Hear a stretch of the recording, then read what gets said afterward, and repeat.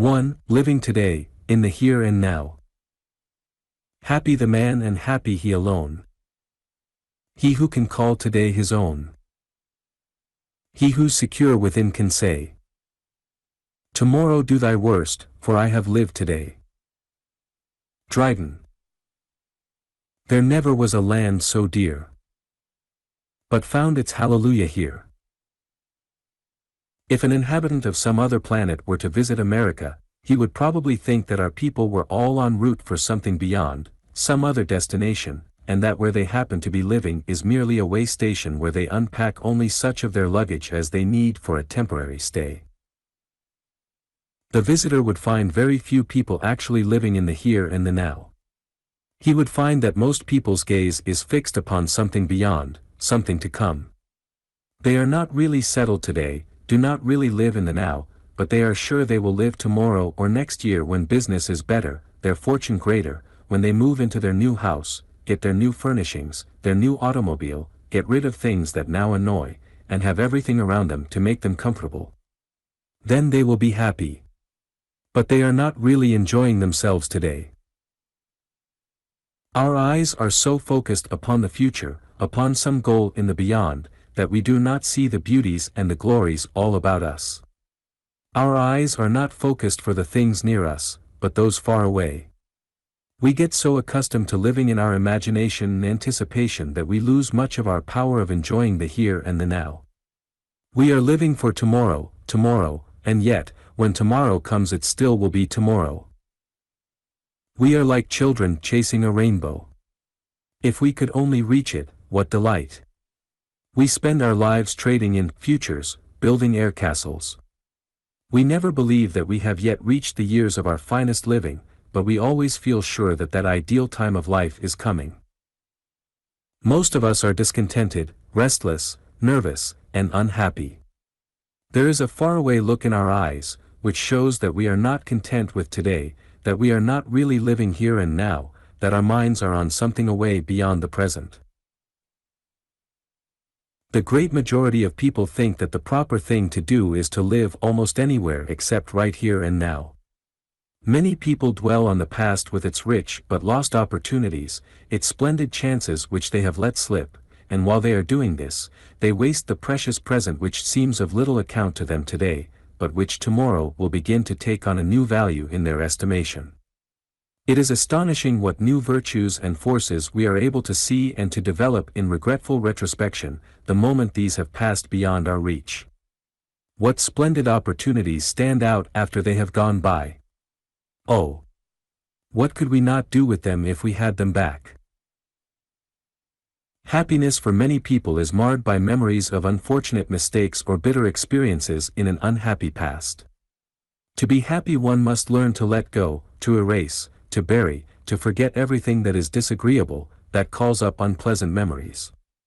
These things can do nothing for us but sap the very vitality which we need for correcting our mistakes and misfortunes. An old farmer was once asked at a meeting of the Agricultural Congress to give his opinion on the best slope of land for the raising of a particular kind of fruit.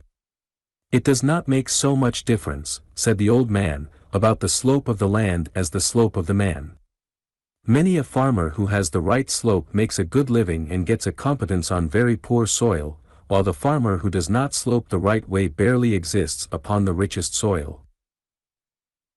Happiness does not depend so much upon our being favorably environed as upon the slope of our mind.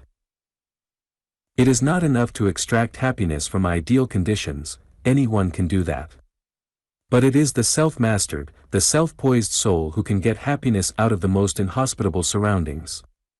Paradise is here or nowhere. You must take your joy with you or you will never find it. The trouble with us is that we expect too much from the great happenings, the unusual things, and we overlook the common flowers on the path of life, from which we might abstract sweets, comforts, delights.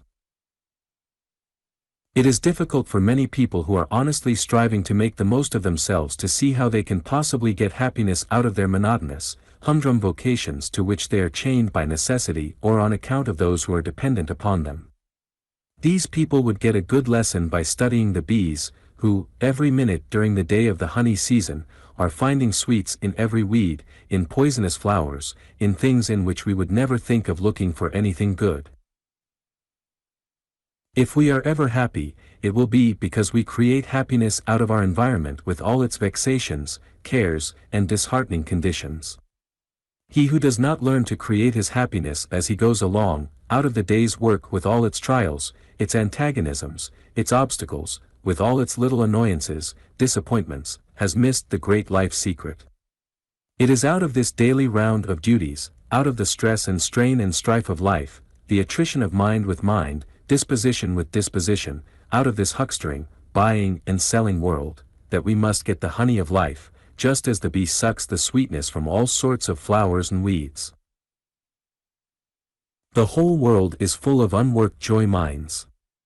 Everywhere we go we find all sorts of happiness-producing material, if we only know how to extract it. Everything is worth its while if we only grasp it and its significance. Half the joy of life is in little things taken on the run. The men and women who move the world must be a part of it, they must touch the life that now is, and feel the thrill of the movement of civilization as the great life drama is enacted. Do you ever realize that you are now actually living the life which looked so rosy and radiant with promise in your childhood and adolescence? Do you recognize in the days and weeks as they slip by that iridescent dream of the future, which then enchanted your youthful fancy, as a mirage in a desert charms the senses of the weary traveler? Do you ever stop to think that the time you are now trying to kill is the very time you once looked forward to so eagerly, and which seemed then so precious, that the moments which now hang so heavily on your hands are the same that you then determined should never slip from your grasp until you had extracted from each its fullest possibilities? Why does what looked like paradise to you when viewed through youth's telescope now seem but a dreary desert? Because your vision is distorted. You are looking at your environment from a wrong point of view. You are disappointed, discontented and unhappy, because you did not find the fabled bag of gold at the foot of the rainbow, while you go on squandering, in useless repining, the time that, properly used, would convert your present seeming desert into the paradise of your early dreams. Yes, here in this miserable, hampered, despicable actual wherein thou even now standest, here, or nowhere, is thy ideal. Work it out therefrom, and working, believe, live, be free. Fool! The ideal is in thyself, the impediment, too, is in thyself, thy condition is but the stuff thou art to shape that same ideal out of. What matter whether such stuff be of this sort or that, so the form thou give it be heroic, be poetic. Oh, thou that pinest in the imprisonment of the actual and criest bitterly to the gods for a kingdom wherein to rule, know this truth, the thing thou seekest is already with thee, here or nowhere, couldst thou only see. You thought that when you reached the golden land of the future, fruit would fall into your lap, without your preparing the ground or planting or watering the seed. You dreamed that you would reap where you did not sow. You are still looking forward, always following a mirage. You will wake up some day and discover, perhaps too late, that there is nothing in mature life for the man who will not pay the price in youth. We cannot separate our lives from time. Why is it that we are so extravagant, so thoughtless, in our waste of time, especially in youth, when we cling so tenaciously to life? You cannot separate a wasted hour from the same duration of your life. If you waste your time, you must waste your life. If you improve your time, you cannot help improving your life. How few people ever see the identity between their life and time. They seem to think they can waste time in all sorts of foolish ways, and even in dissipation, without wasting the life, but the two are inseparable. Remember, that when you throw away an evening or a day, or do infinitely worse than throw it away by indulging in pleasures which demoralize and tend to deteriorate your character and to form vicious habits, you are deliberately flinging away a part of your very life, and that when you grow old you would give anything to redeem the precious time you have squandered. There is only one way really to live, and that is to start out every morning with a firm resolution to get the most out of that day, to five it to the full. No matter what happens or does not happen, what comes or does not come, resolve that you will extract from every experience of the day something of good, something that will make you wiser and show you how to make fewer mistakes tomorrow. Say to yourself, this day I begin a new life. I will forget everything in the past that caused me pain, grief, or disgrace. I once knew a mother who, after death had taken away every one of her children, her husband and nearly all her relatives, prayed that death might relieve her from her awful suffering, but after a few years she was cheerful and happy again, consoled in helping others. The world did not seem so black, and life such a failure as she thought it would be. There were too many who needed her mothering. Nature is marvelously kind to us. She is a great physician. She puts the healing balm of Gilead on all our wounds, and cures our mental ills in a wonderful way. If it were not for this great healing potency of nature, the world would be funereal enough, for there are few of us who have not been borne down very close to the sorrow of death. Resolve every morning that you will get the most out of that day, not of some day in the future, when you are better off, when you have a family, when your children are grown up, when you have overcome your difficulties. You never will overcome them all. You will never be able to eliminate all the things which annoy, trouble, and cause friction in your life. You will never get rid of all the little enemies of your happiness, the 101 little annoyances, but you can make the most of things as they are. The reason why our lives are so lean and poverty-stricken, so disappointing and ineffective, is because we do not really live in the day. We do not concentrate our energy, our ambition, our attention, our enthusiasm, upon the day we are living. Resolve to enjoy yourself today. Enjoy today, and do not let the hideous shadows of tomorrow, the forebodings, and the things you dread, rob you of what is yours today, your inalienable right to be happy today. Just have a little heart-to-heart talk with yourself every morning, and say, it does not matter what comes or what goes today, what happens or what does not happen, there is one thing of which I am sure, and that is, I am going to get the most possible out of the day. I am not going to allow anything to rob me of my happiness, or of my right to live this day from beginning to end, and not merely to exist. I do not care what comes, I shall not allow any annoyance, any happening, any circumstances which may cross my path today, to rob me of my peace of mind. I will not be unhappy today, no matter what occurs. I am going to enjoy the day to its full, live the day completely. This day shall be a complete day in my life. I shall not allow the enemies of my happiness to mar it. No misfortune in the past, nothing which has happened to me in days gone by, which has been disagreeable or tragic, no enemies of my happiness or efficiency, shall be a guest in my spirit's sacred enclosure today. Only happy thoughts, joy thoughts, only the friends of my peace, comfort, happiness, and success, shall find entertainment in my soul this day. None of my enemies shall gain admittance to scrawl their hideous autographs on the walls of my mind. There shall be no admittance today, except to the friends of my best moods. I will tear down the black, sable pictures and hang pictures of joy, and gladness, of things which will encourage, cheer, and increase my power. Everything which ever handicapped my life, which has made me uncomfortable and unhappy, shall be expelled, at least for this day. So that when night comes I can say, I have lived today.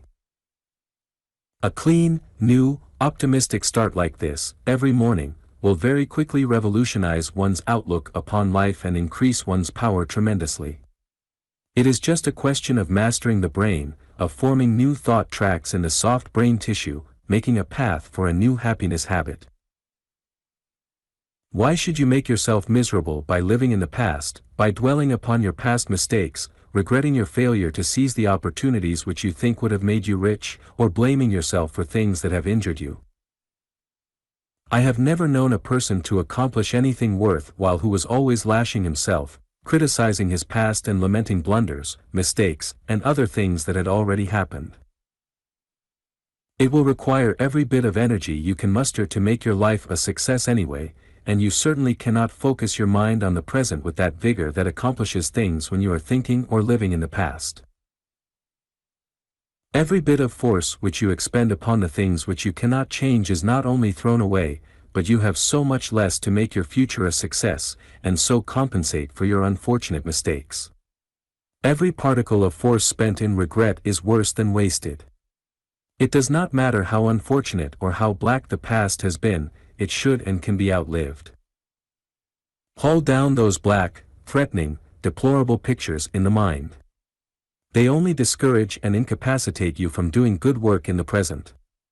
Drop from memory the unfortunate error of judgment, forget the unhappy experience, no matter how much it has humiliated or handicapped you. Put your blunders out of mind and resolve to do better in the future. Nothing is more foolish, nothing more wicked, than to drag the skeletons of the past, the hideous images, the foolish deeds, the unfortunate experiences of yesterday into today's work to mar and spoil it. There are plenty of people, who have been failures up to the present moment, who could do wonders in the future if they only could forget the past, if they only had the ability to cut it off, to close the door on it forever and start anew. However unfortunate your past has been, forget it. If it throws a shadow upon the present, or causes melancholy or despondency, if there is nothing in it which helps you, there is not a single reason why you should retain it in your memory, and there are 1,000 reasons why you should bury it so deeply that it can never be resurrected. One of the silliest, most inane tasks any human being is ever guilty of undertaking is that of trying to modify, to change, the unchangeable. There is a strange propensity in human nature to locate all the good things of life in an existence that is yet to come to us. Man is immortal now, is not to be, but is immortal. We are perfect now in our God nature, and if we would only claim these things as ours now, instead of trying to acquire them in the future, we should grow by leaps and bounds. Happiness is something that we must take as we go along, or we lose it. When the children of Israel were passing through the desert, they were fed with manna fresh every day. Some of the people did not have faith enough to trust the Lord to feed them every day, and so they tried to store up some of this manna for future use, but it spoiled. This taught the Israelites a lesson of faith. They could not keep the manna for the future, they must trust the great giver of all good. They must have faith that he would feed them every day. Our happiness is like this manna. We must gather it anew every day we live. Everywhere we see people who have tried to store up what was intended for their daily happiness, as manna for the future. But they are surprised to find that it has spoiled, evaporated, would not keep, that it must be used as we go along. We must use happiness when fresh, like fresh plucked flowers. There are a great many things, such as good impulses, which are good for today, but not for tomorrow. How many people delay the kindness, the expression of love, until the person is dead, beyond their reach, and then try to atone for a neglected past by flowers and tears at the funeral. Today is the day to say the kind word that springs to your lips, to obey the generous impulse that stirs your heart. These people who haunt your mind, and whom you promise yourself that you will help sometime, need your help now, and you can give it more readily now than at any other time. Every tomorrow has, in addition to its own cares and duties, all those which were neglected in the past, while its opportunities and possibilities are no greater than were those of yesterday. What makes you think that you are going to do wonderful things tomorrow when today seems so commonplace, so void of opportunity? Why does today look so prosy, tomorrow so rosy, so poetic? What reason have you to believe that you are going to be ideally happy and harmonious, unselfish and helpful at some indefinite time in the future, when today you are irritable and selfish, uncharitable and unhappy? How is it that in some distant future you expect to get so much time to write letters to your friends and to those who are sick and discouraged, and also to devote to self-improvement, to broadening your mind, when you can find no time for these things today? What is there in tomorrow that can work such magic of improvement upon today? Why do you feel that you are going to be so generous tomorrow when you are so stingy and narrow today?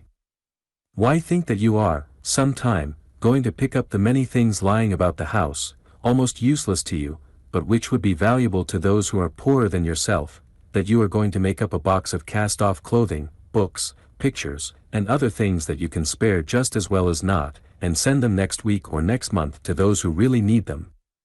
You have not done it in the past, why delude yourself into thinking that you will do it in the future?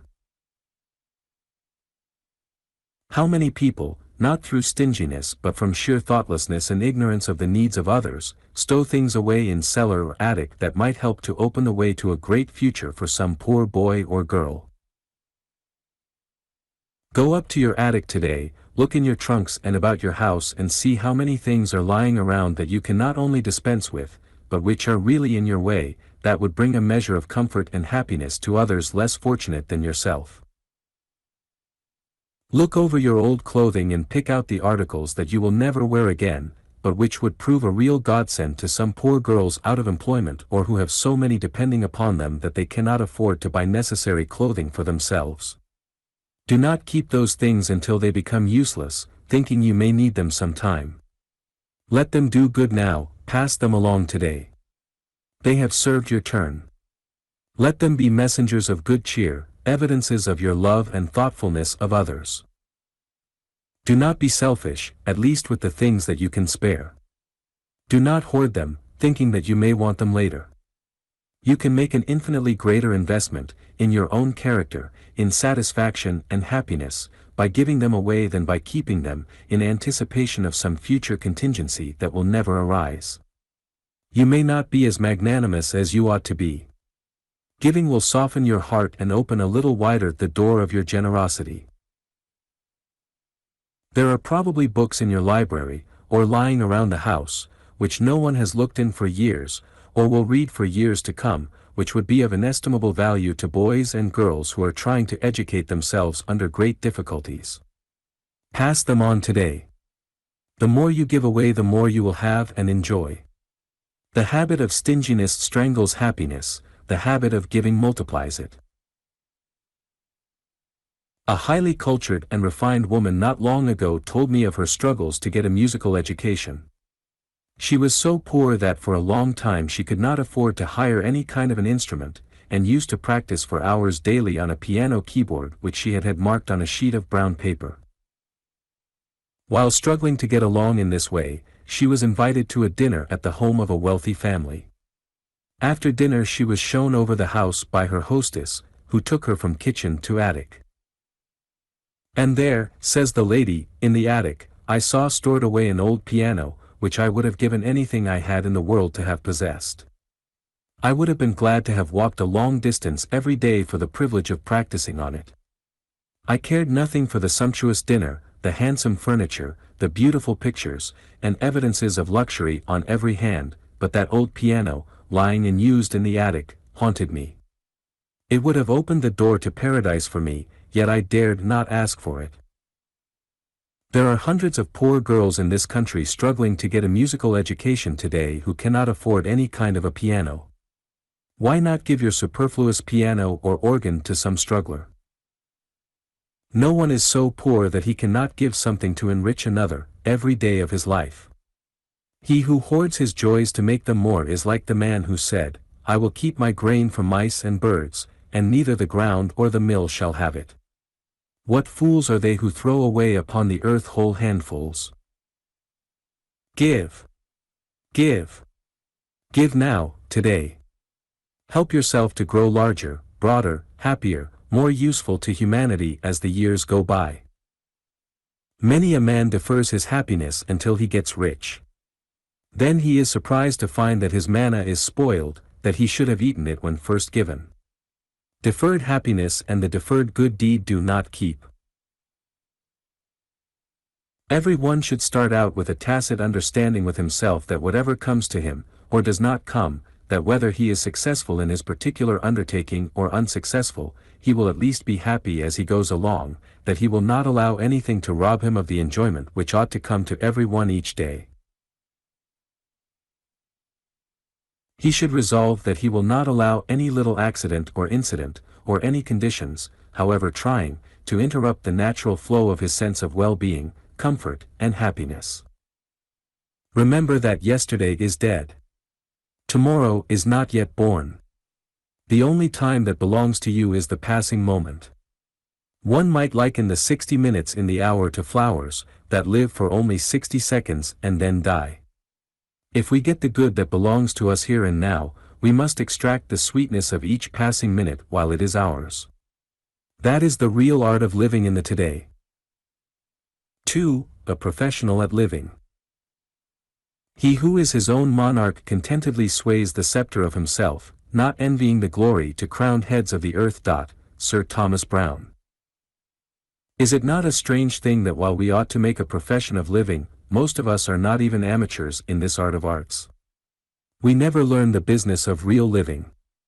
We become specialists in our profession or our business, but in right living, which makes or mars the happiness of life, we never become experts. We know next to nothing about the human machine, which holds the secret of all our success and happiness. We pay much less attention to it than we do to our business mechanism. The human machine is the only medium by which the soul and the mind connect with the material world, and this marvelous mechanism, this temple beautiful, should be kept in the superbest condition, for whatever mars it mars the soul's expression. In our present system of education we are taught nearly everything except the very thing that we ought to know most about, the art of living.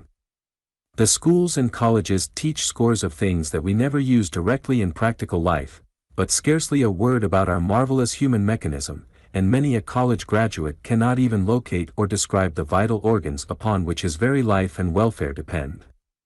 He may know a lot about dead languages which he will never use, he may know much about the earth, about history, politics, philosophy, and sociology, but about his human machine, this marvelous mechanism which means more to him than anything else in the world, he has been taught practically nothing.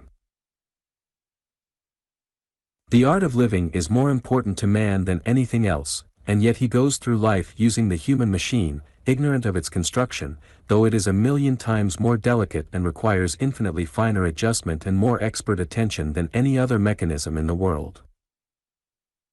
What would you think of a man who would buy the finest and most expensive automobile on the market and put it in charge of a man who had never seen such a vehicle in his life, and who knew absolutely nothing about it, and then, with his family, start out for a tour of the world? To become an expert chauffeur a man must know how to take an automobile to pieces and put it together. He must be familiar with every part of the mechanism, must know the functions of each in its relation to the whole, because precious lives depend upon his knowledge, his skill, and his expertness. But what does the average person know about this marvelous human machine, so delicately adjusted that every one of the billion of cells composing it is modified by each thought and each mood that passes through the mind? A professional at living would not mar his day's run of the human machine, as most of us do, would not impair its marvelous expression, its output, by overeating or undereating, or by irregular living. He would not allow himself to be crippled for days by burning out its delicate brain and nerve cells with the fires of hot temper, by shocks of hatred, jealousy, fear or worry. Instead, he would protect this marvelously delicate and sensitive mechanism from its multitude of physical and mental enemies. What a pity that people do not know the science of human engineering, of training and running the human machine so that there will be the least possible friction, the science of making the most of everything in the environment, of grinding everything into material for life's great masterpiece, just as Michelangelo ground every experience of life into paint for his great masterpieces. The best locomotive engine that science has been able to construct is able to transmute into propelling power less than 20% of the energy stored in the coal, and only 1% of the coal's energy in the electric light powerhouse ever reaches the electric bulb to give light to the world. The human machine, even at its best, is not yet able to transmute into practical propelling power, or light, but a pitiably small percentage of human energy or intelligence. Under scientific management the human machine would be capable of expressing marvelous efficiency, harmony, perpetual happiness. But who ever heard of a real expert, a master, in the art of scientific living? We keep the human machine crippled a large part of the time by bad management, so that it is incapable of expressing a tithe of its possibilities. Many men who are very successful in their business make a daily botch of their living. How few people do you know who are really happy? And yet, each human being is trying to be happy, really wants to be happy, but is expressing discord instead of harmony because his machine is out of order, and he either does not know how to remedy the defect or he is not willing to pay the price in training, in scientific effort, to become an expert in human engineering. How many pangs we suffer, what humiliations, what embarrassments, simply because our human machine is not scientifically cared for and perfectly adjusted. Think what we suffer through the sin of tired nerves, because the human machine has been abused, so that it is incapable of running without friction, of expressing harmony. We did not want to pain those we love, to be irritable, fretful, we did not want to destroy the peace of our home by our nervous, touchy, irritable, nasty moods. We did not want to injure the people we insulted and abused when out of sorts, we had no idea of hurting them, but the human machine was out of order, the brain cells and the nerve cells were poisoned by fatigue, by the broken down cells, the debris from the previous day's run. The sensitive nervous mechanism expressed discord, when it was made to express harmony, simply because it was not running smoothly, was not properly adjusted, it often balked when it had not been properly refreshed and rejuvenated by a good night's sleep. Worry, anxiety, overeating, too many stimulants, dissipation, the violating in some way of nature's laws, was responsible for all this. We had no idea of reviling, criticizing, chastising, abusing our friends, or treating with contempt the people with whom we transact business, but the human machine was upset through the lack of scientific management, of systematic regular care. There is nothing, except exposure in crime, that is so humiliating to a man who thinks anything at all of himself, as so to lose control of his human machine that it races wild, doing all sorts of damage, while he, the chauffeur, is utterly helpless to stop or control it. One of the most humiliating things about a hot temper is that when a man has lost self-control he makes an awful spectacle of himself. When he has lost command of his brain, he reveals the brute in him which ordinarily he tries to hide from his fellows, all his vicious traits, his mean, contemptible, nasty disposition, the side of himself which he would give anything in the world to conceal from his dearest friends. Everything is brought out to the light and to the censure of those whose esteem he covets.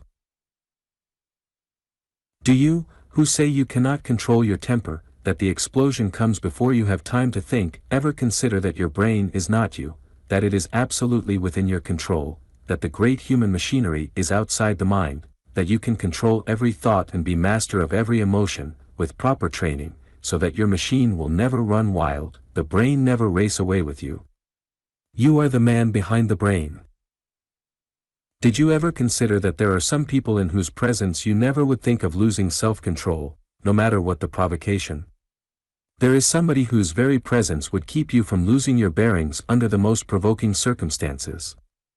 Almost every man knows some woman, or has some friend, before whom nothing in the world could move him beyond his self-control. On the other hand, before an employee, upon whom he looks as part of the machinery of his business, for whom he has no real regard or sympathy, or at home, where he feels little restraint, he would lose his temper at the slightest provocation. This proves that we can control ourselves to an infinitely greater extent than we seem to think. The most explosive-tempered person would not show anger at a reception or dinner to distinguished persons, no matter what the fancied insult might be. He would not think of such a thing. If we had the proper regard for every one, if we respected even the humblest human being, as we ought to, and respected ourselves sufficiently, we should have little trouble in controlling ourselves.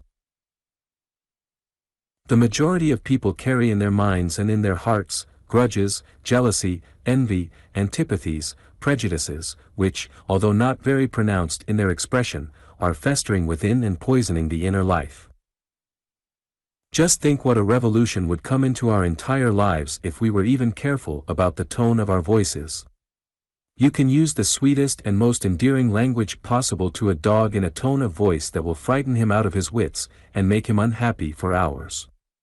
On the other hand, you can use the worst possible language to him in a gentle, soothing voice and set his tail wagging, and bring him to you. The language of our manner has everything to do with the happiness of every one around us, as well as of ourselves. Throw a bone at a dog and he will take it, and run away from you with his tail between his legs, without the slightest expression of gratitude, but, call him to you in a gentle tone, and let him take the bone out of your hand, and he will show his gratitude. Much of the friction in life is caused by the tone of voice. The voice expresses our feelings, our attitude toward others. The discordant tone, which expresses antagonism and an uncongenial mental attitude, is trying. Even the mechanical lowering of the voice, as you feel the hot blood rushing through your veins when angry, will tend to allay your passion. We know how angry children will work themselves up to a perfect rage by screaming and yelling when things go wrong. The louder they scream, the more they yell, the madder they get, until they sometimes become hysterical. Their own angry tone feeds the fire of passion, whereas, a low tone, a gentle tone would help to extinguish the brain fire. How much unhappiness in the home would be avoided if all the members of the family could agree never to raise their voices? If fault-finding, censorious husbands would only instead read aloud in the magic book of endearing words, in an appealing voice, when they were trying to get something which would mean everything to them, if they would adopt in the married life the same methods as during courtship, when they were eager to win the object of their affection. The sarcastic, cutting, resentful, discordant tone of voice is responsible for a large part of the unhappiness not only in the home, but also in business, and in society. Small natures who fret and stew and allow themselves to be annoyed and hampered by petty things, show by these earmarks that they are not big enough to command the situation, that they are not able to cope with conditions and preserve harmony. Their irritable ways indicate that they are out of harmony with their environment, that they hold the wrong attitude towards it, and hence they can not be masters of the situation, but are its victims. People who are inclined to lose their temper, to fly into a passion at the slightest provocation, little realize that if they permit many of these conflagrations, the nerve cells will burn out the short circuits from constantly crossing the wires, injuring the fine, delicate mechanism of the brain, and after a while that they will lose the power of self-control, and be unable to restrain themselves. They will become hair-triggered and explode automatically. There is no more humiliating spectacle than the exhibition of a man's meanest and most contemptible and most brutal qualities when in anger. At such a time reason is strangled. Wisdom hides her head in shame, good sense and good judgment get down off the throne, and the beast vaults upon the royal seat and anarchy rules throughout the mental kingdom. After you have passed through such a passion fire, you feel that something precious has been burned out of your life. Your self-respect, your dignity, have been scorched in the conflagration. I once saw a child in a perfect rage of passion taken before a mirror, and he was so ashamed and chagrined at the awful spectacle that he stopped crying. If adults could only see themselves when they are burning up with passion, when the conflagration is raging through their brain, and tearing their nervous system to tatters, when the beast looks out of the eyes, it would seem as though they could never again be induced to make such spectacles of themselves. The consciousness that you yourself are a power back of the brain, that you are in charge of the human machine, is a wonderful aid to self-control. The story is told of an elderly woman who went to a photographer's to have her picture taken. She was seated before the camera wearing the same stern, hard, forbidding look that had made her an object of fear to the children living in the neighborhood, when the photographer, thrusting his head out from the black cloth, said suddenly, "Brighten the eyes a little." She tried, but the dull and heavy look still lingered. "Look a little pleasanter," said the photographer, in an unimpassioned but confident and commanding voice. "See here," the woman retorted sharply, "if you think that an old woman who is dull can look bright, that one who feels cross can become pleasant every time she is told to, you don't know anything about human nature. It takes something from the outside to brighten one up." "Oh, no, it doesn't. It's something you can work from the inside." "Try it again," said the photographer, good-naturedly. His tone and manner inspired faith, and she tried again, this time with better success. "That's good. That's fine. You look 20 years younger," exclaimed the artist, as he caught the transient glow that illuminated the faded face. She went home with a queer feeling in her heart. It was the first compliment she had received since her husband had passed away, and it left a pleasant memory. When she reached her little cottage, she looked long in the glass. "There may be something in it," she said, "but I'll wait and see the picture." When the photograph came, it was like a resurrection. The face seemed alive with the lost fires of youth. She gazed long and earnestly, then said in a clear, firm voice, "If I could do it once, I can do it again." Approaching the little mirror above her bureau, "Brighten up, Catherine," she said, and the old light flashed up once more. "Look a little pleasanter," she commanded, and a calm and radiant smile diffused itself over her face.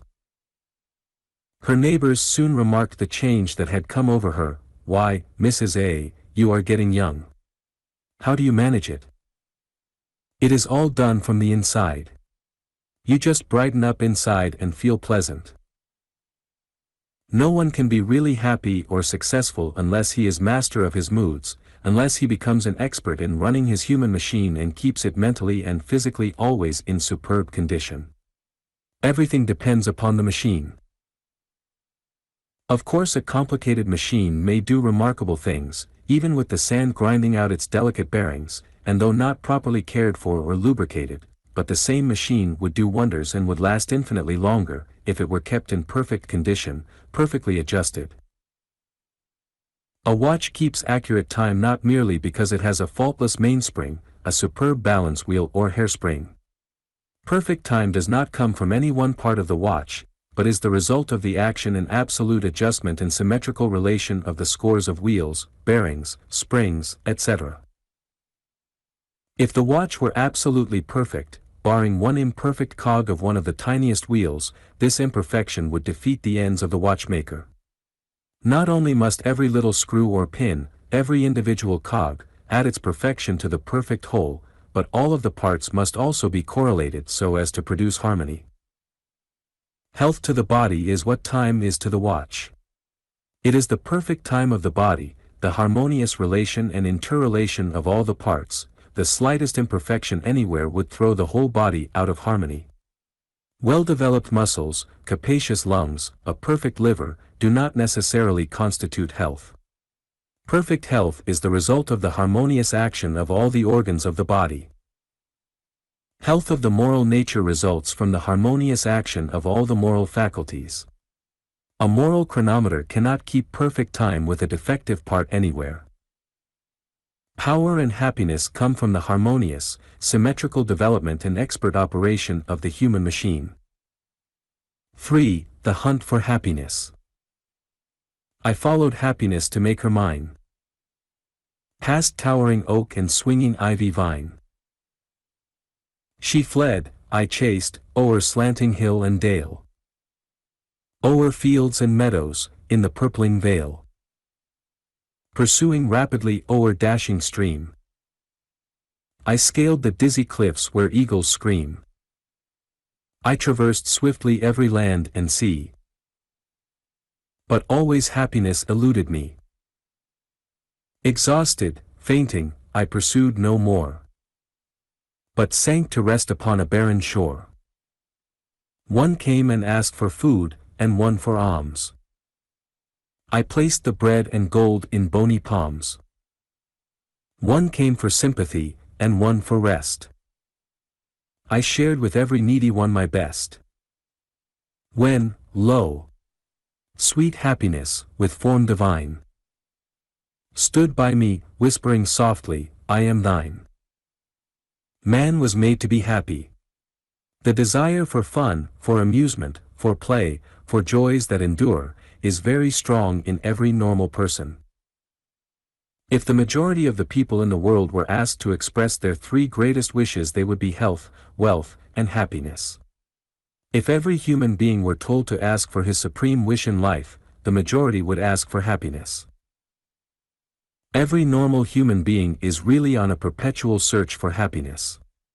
He may not think he is, but this is a mighty motive with every human being. We are all striving to better our condition in life, to make life a little more livable. We are trying to get, little by little, more and more emancipation from drudgery in hard work and exacting conditions. And yet while the entire human race has been hunting for happiness from the dawn of history, how few have ever found it or have much of an idea what it is. That they have not found happiness where they expected to find it has been the experience of every human being who has made a specialty of hunting for it. Happiness is not gained that way. It is the product of a deed and not to be found by hunting, as sportsmen hunt for wild animals. Real happiness is so simple that most people do not recognize it. It is derived from the simplest, the quietest, the most unpretentious things in the world. Happiness does not abide with low ideals, with selfishness, idleness, and discord. It is a friend of harmony, of truth, of beauty, of affection, of simplicity. Multitudes of men have made fortunes, but have murdered their capacity for enjoyment in the process. How often we hear the remark, "He has the money, but cannot enjoy it." Some folks tries so hard to be happy in this world, they gets miserable tryin'. Happiness is a lose war you ain't lookin' for it. Who seeks happiness selfishly will never taste the blissful satisfaction which comes from the unqualified approval of an act. Happiness always eludes the selfish seeker. Selfishness and happiness cannot live together. No human being, however rich, has ever found happiness by selfish seeking, for selfishness is not an ingredient in any of the enduring satisfactions of life. No man can be satisfied with a selfish act, for it violates the very law of his being. We inwardly despise ourselves for every selfish act. Those who are capable of the highest, most disinterested appreciation find the most in life to enjoy. The habit of learning to appreciate to the utmost every situation in life adds wonderfully to the sum total of one's happiness. But many people are incapable of real happiness because they never learn to appreciate anything except that which appeals to their own comfort, pleasure, or appetite. People who are always thinking of themselves, who are always trying to find something which will make them happy, some indulgence which will gratify their selfish cravings, are always disappointed seekers. Happiness was born a twin, and only he who seeks another's good, another's welfare, another's happiness, can find his own.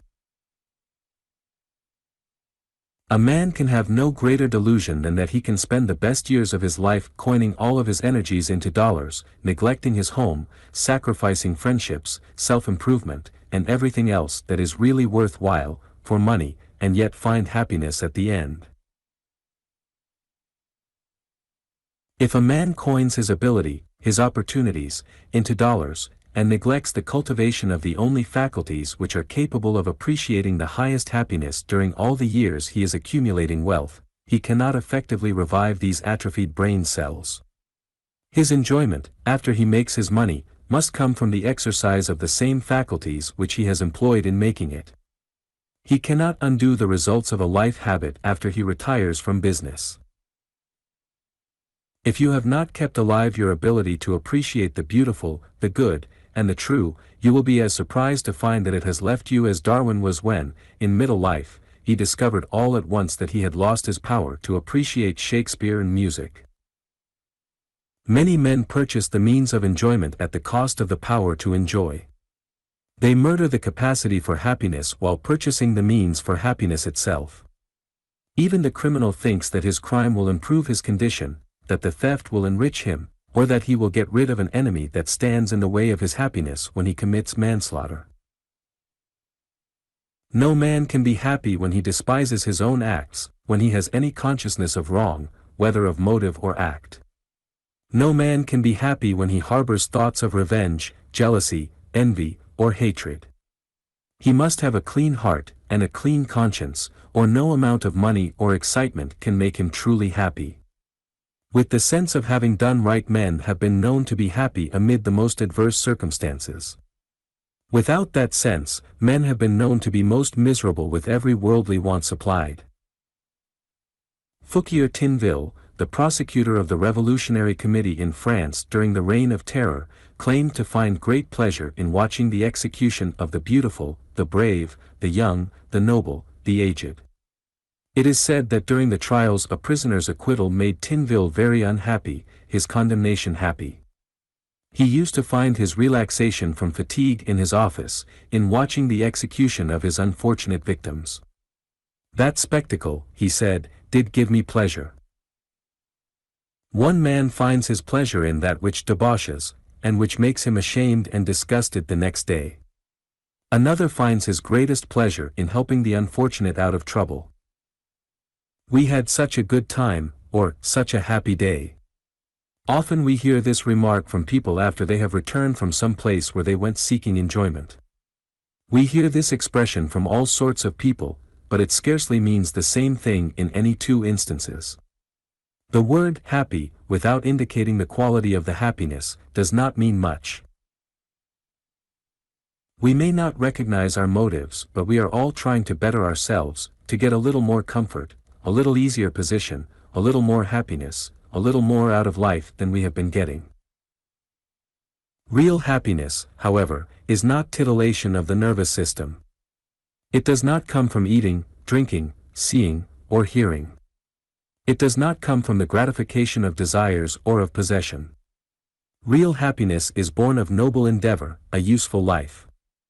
It is extracted a little here, a little there, from a kind word, a noble deed, a generous act, helpful assistance.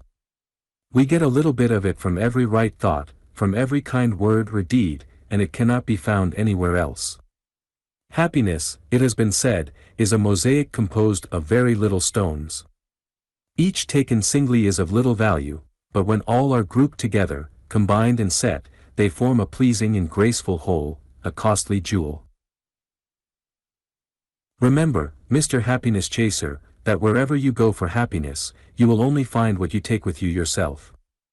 Your happiness can never be outside of yourself, and it must be bounded by your own limitations. Your ability to appreciate and enjoy will mark the bounds of your happiness. We shall find nothing in the world which we do not find in ourselves. Happiness comes from a vigorous self-expression of the highest thing of which we are capable. It is the child of honest effort. Notwithstanding, the whole philosophy of the Bible tends to emphasize the fact that the kingdom of heaven is within man, yet, in all times, the great majority of people have been hunting for the kingdom of heaven that is without, not within themselves at all. People spend their lives trying to gain this kingdom in material things, in money, in houses, and lands, in food, and drink, and clothes, in having a good time. In other words, they try to find the kingdom of heaven through their five senses, through that which will tickle the nerves, that which will give an agreeable sensation, that is, they are always looking for an outside God. Everywhere we see people crowding, jamming the strong, crushing the weak, all trying to get something away from somebody else, which they think would add to their happiness if they could only get hold of it. The trouble with us is that we try to find happiness where it does not exist, in transient, impermanent things. We try to find it in the gratification of desire, we seek it in animal pleasure. Happiness lives in giving, in doing, not in getting, in grasping. Piling things around you, no matter how high, can never make you happy. What the man is, not what he has, makes him happy or miserable. The human heart is always hungry. But unhappiness is the hunger to get, happiness is the hunger to give. True happiness must ever have the tinge of sorrow outlived. Happiness is a reward for worthy services to others, for heroic endeavor in trying to do our part in the world, to perform our duty. There must be the desire to be helpful, to make the world a better place to live in, because of our efforts.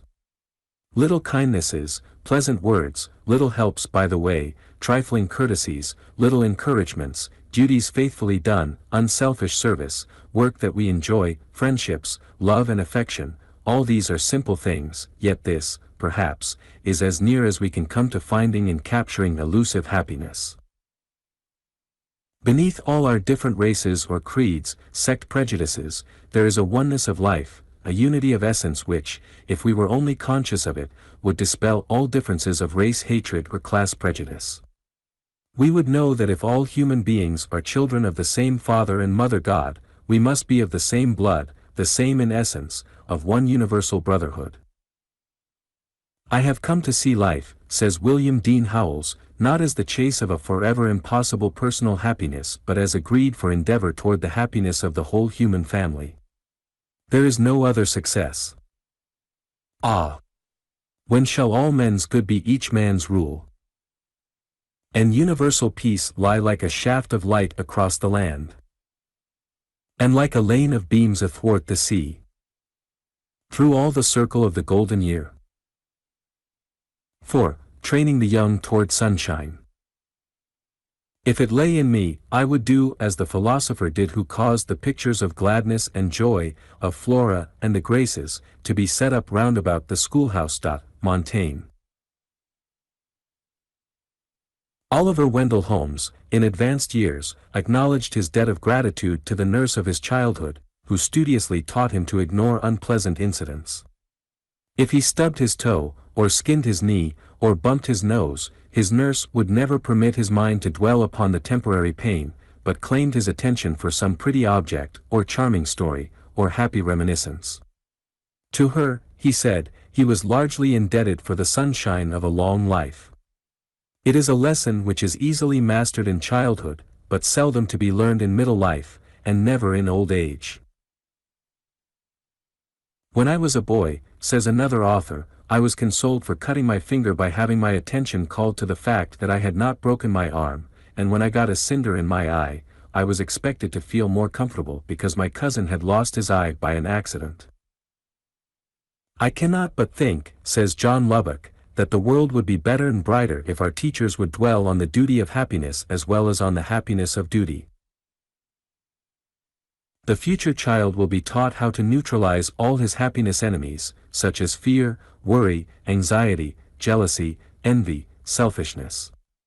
He will be taught that nothing will change a lovely character to one that is hideous, a sweet to a sour one as quickly as the habit of holding hateful, revengeful, envious thoughts, that he cannot develop a lovable disposition while holding uncharitable thoughts. Future instructors will know how to teach the science of brain building, how to prevent and remedy weaknesses, one-sidedness, peculiarities, idiosyncrasies, how to neutralize the enemies of success and happiness and how to strengthen the weaknesses and to eliminate the obstacles which now handicap so many lives. I understand that Dr. Paul Valentine has started a school of happiness in London. There is certainly nothing else in this world that is more needed than the training of people, and especially children, in the art of happiness, the art which every human being is trying to practice. But what terrible botches most of us make of this art. If people were properly trained from infancy, it would be as easy for them to be happy as it is now to be unhappy. It is just as simple to train the mind of a child towards happiness, to teach a child to look towards the sunny side of life, as it is to train it towards the dark and gloomy side. The time will come when the child will be trained from the cradle to the grave to the habit of happiness. His mind will be so trained that happiness will be as natural to him as his breath. It will not be regarded as a side issue in life, but as one of the main objects because one's whole welfare is so seriously affected by it. In the future the child will be shown that his efficiency, his success in life, his longevity, his influence, his power in the world, will be very largely dependent upon his happiness, his mental harmony. The parents of the future will know how to train the brain so symmetrically by strengthening the deficient faculties and developing weak qualities, that the mind will become poised, and a symmetrically trained mind will produce happiness, just as a perfectly adjusted chronometer will produce good time. The first duty we owe a child is to teach him to fling out his inborn gladness and joy with the same freedom and abandon as the bobolink does when it makes the meadow joyous with its song. Suppression of the fun-loving nature of a child means the suppression of its mental and moral faculties. Joy will go out of the heart of a child after a while if he is continually suppressed. Mothers who are constantly cautioning the little ones not to do this or not to do that, telling them not to laugh or make a noise, until they lose their naturalness and become little old men and women, do not realize the harm they are doing. The children should be kept strangers to anxious care, reflective thoughts, and subjective moods. Their lives should be kept light, bright, buoyant, cheerful, full of sunshine, joy, and gladness. They should be encouraged to laugh and to play and to romp to their heart's content. The serious side of life will come only too quickly, do what we may to prolong childhood. We see these sad, melancholy faces everywhere, without a trace of joy, without a sign of gladness. A joyless childhood is one of the great causes of early aging. Youth must be carried along with the years, or they will be dry and sere, parched. It is the juices of youth, the joy and gladness carried along through the busy years that make old age tolerable. An eminent writer says, "Children without hilarity will never amount to much. Trees without blossoms will never bear fruit." Play is as necessary to the perfect development of a child as sunshine is to the perfect development of a plant. The childhood that has no budding and flowering, or only a partial unfolding of its petals, will have nothing but gnarled and pinched fruitage. The necessity for play in the very beginning of a child's development is shown by the fact that the instinct to play is so strong in all young life, including the entire animal kingdom. A happy childhood is an imperative preparation for a happy maturity. The disposition, the cast of mind, the whole life tendencies are fixed in childhood. An early habit of cheerfulness, the fun-loving habit, has a powerful influence over the mature man and his career. The child that has been trained to be happy, that has been allowed free expression to his fun-loving nature, will not have a sad or gloomy disposition. Much of the morbid mentality which we see everywhere is due to stifled childhood. The very fact that the instinct to play, that the love of fun is so imperious in the child, shows a great necessity in his nature which, if suppressed, will leave a famine in his life. A sunny, joyous, happy childhood is to the individual what a rich soil and genial sun are to the young plant. If the early conditions are not favorable, the plant starves and becomes stunted, and the results cannot be corrected in the later tree. It is now or never with the plant. This is true with the human plant also. A starved, suppressed, stunted childhood makes a dwarfed man. A joyful, happy, fun-loving environment develops powers, resources, and possibilities which would remain latent in a cold, dull, repressing atmosphere. Everywhere we see men and women discontented and unhappy, because there was no play in their early lives, and when the young clay had hardened it would not respond to a larger environment. Can anything be more incongruous on this glorious, glad earth, than the picture of a worrying child, a child with a sad face, a human rosebud blighted before it has a chance to open up its petals, and fling out its beauty and fragrance? Somebody has sinned and is responsible for this blight, this blasting of promise, this chilling of hope, this strangling of possibility. Childhood should be sunny. Clouds do not belong to childhood. Joy, beauty, exuberance, enthusiasm, buoyancy, belong to childhood. A sad, worrying child, a child who has no childhood, is a disgrace to civilization. Let the children give vent to all that is joyous and happy in their natures, and they will blossom out into helpful men and women instead of sedate, suppressed, sad, melancholy natures. Spontaneity, buoyancy, the bubbling over of animal spirits are worth everything in one's education. Children who are encouraged in self-expression of their play instinct will make better businessmen, better professional men, better men and better women in any walk of life. They will succeed better and have a better influence in the world than those who are repressed. Many people think it is undignified to give full vent to their fun-loving instincts. They think they must be thoughtful, sober-minded, very dignified, if they would carry any weight in the world, and not be regarded as light-headed and frivolous. We have all seen people who go about with their finger on their lips, figuratively speaking, as though they feared they might laugh out loud or say something funny. Oh, the satisfaction of beginning early in life to cultivate the finer qualities of the soul, the heart, the eye and the ear, to develop the finer sentiments and the more delicate power of appreciation. If you are so trained you will be able to make poetry out of the prosiest life, bring sunshine to the darkest home, and develop beauty and grace amid the ugliest surroundings. There is almost no limit to the possibilities of enriching life, ennobling, beautifying one's personality, by the proper cultivation of the cheerful faculties in early life. If all children were taught the philosophy of joy, there would be comparatively little unhappiness, sickness, or crime.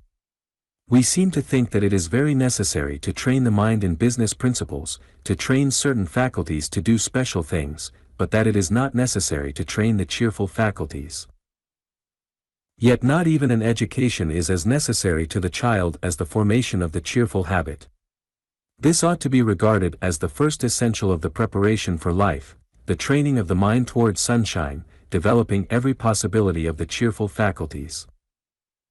V. Riches and happiness. Every mind seems capable of entertaining a certain quantity of happiness, which no institutions can increase, no circumstances alter, and entirely independent of fortune. Let any man compare his present fortune with the past, and he will probably find himself, upon the whole, neither better nor worse than formerly.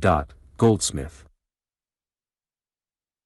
The youth should be so trained in the science of happiness as to be able to say to a man who has millions of dollars but very little else, I have set my face towards making a success of life, not merely a success of dollars. If anyone can get more out of life than I can, he is welcome to it. What a misfortune to the world, if wealth could produce the happiness which most people think it can. If wealth were essential, if a man had to be rich to be happy, the wealthy would always be happy and the poor unhappy. But riches alone do not make men happy or blessed. Money, to make a man happy, must serve his higher nature, the development of the good in him or in others, and not pander to anything which tends to bring out the mere animal in him. Wealth in the hands of ignoramuses, in the hands of people with coarse tastes and low ideals, does not contribute to real happiness. The brute qualities lead away from happiness. No one can be really happy who does not have a high ideal and a grand life purpose. Most people are deluded with the idea that happiness consists in gratifying desires. They do not realize that desire is as insatiable as the ocean, and clamors louder and louder as its demands are attended to. There is no satiety in riches, said a Roman philosopher. Gratification, satisfaction of our selfish cravings, only increases our real soul hunger. Principle alone can give permanent happiness. Material things are ever changing, ever elusive, there is no permanency, no endurance in them. One of the greatest disappointments of many rich men is that they have not been able to purchase happiness with money. The powerlessness of money to purchase happiness has disappointed more human beings than almost anything else. People who seek happiness in money are in the position of a man seeking safety on a floating piece of ice, which is drifting with certainty toward the open sea. What money can buy only satisfies a small part of an immortal being. He cannot feed upon bread alone. We all know people who have never amassed riches but who have built up a magnificent bulwark of character, a superb personality, who have never won millions but have become millionaires of character, have accumulated untold riches in priceless friendships, and have been enshrined in a multitude of loving hearts. They are not rich in money but rich in the things that are worthwhile, in things which money will not buy. They have enriched hundreds of other lives by their encouragement, inspiration, their uplifting and ennobling influence. To be rich in money and poverty-stricken in everything else is to be poor indeed. Money never yet made a man happy, said Franklin, and there is nothing in its nature to produce happiness. There are rich men in our large cities who are conspicuously noted for the absence of their names from among those connected with all worthy objects, men who seldom give to the poor, who never lend a hand to worthy causes. They take no interest in politics, have no public spirit, belong to no organizations whose object is to help humanity. They are entirely and completely wrapped up in themselves. They do not see why they should spend their money for other than their pleasure or that of their families. The result is that they become so hardened and greedy that they are not missed when they have passed away. Is it not strange that when we have had so many experiences with the things that make us happy, such as good hard work, or right aim, kindness and helpfulness to others, courtesy, consideration, and appreciation, that we put so much emphasis on mere money wealth, and do not cultivate these things which give us such a feeling of satisfaction? I know of a wealthy man who, when asked what deed of his life had given him the greatest happiness, replied that it was paying a mortgage off a poor woman's home, which was being sold over her head. The probabilities are that this man had expected to find infinitely greater happiness in money-making, in trying to manufacture and sell more goods than his competitors, but in helping to save the home of a poor woman he had gained greater joy and satisfaction than in any experience of his business career. Some of the richest minds I have ever met have belonged to people who had very little of this world's goods. But they had wealth which no money can buy, no envy purchase. After George M. Pullman became a multimillionaire, he testified, "I am not an iota happier now than I was in the days when I had not a dollar in the world I could call my own, save that which I worked for from sunny morn to dewy eve.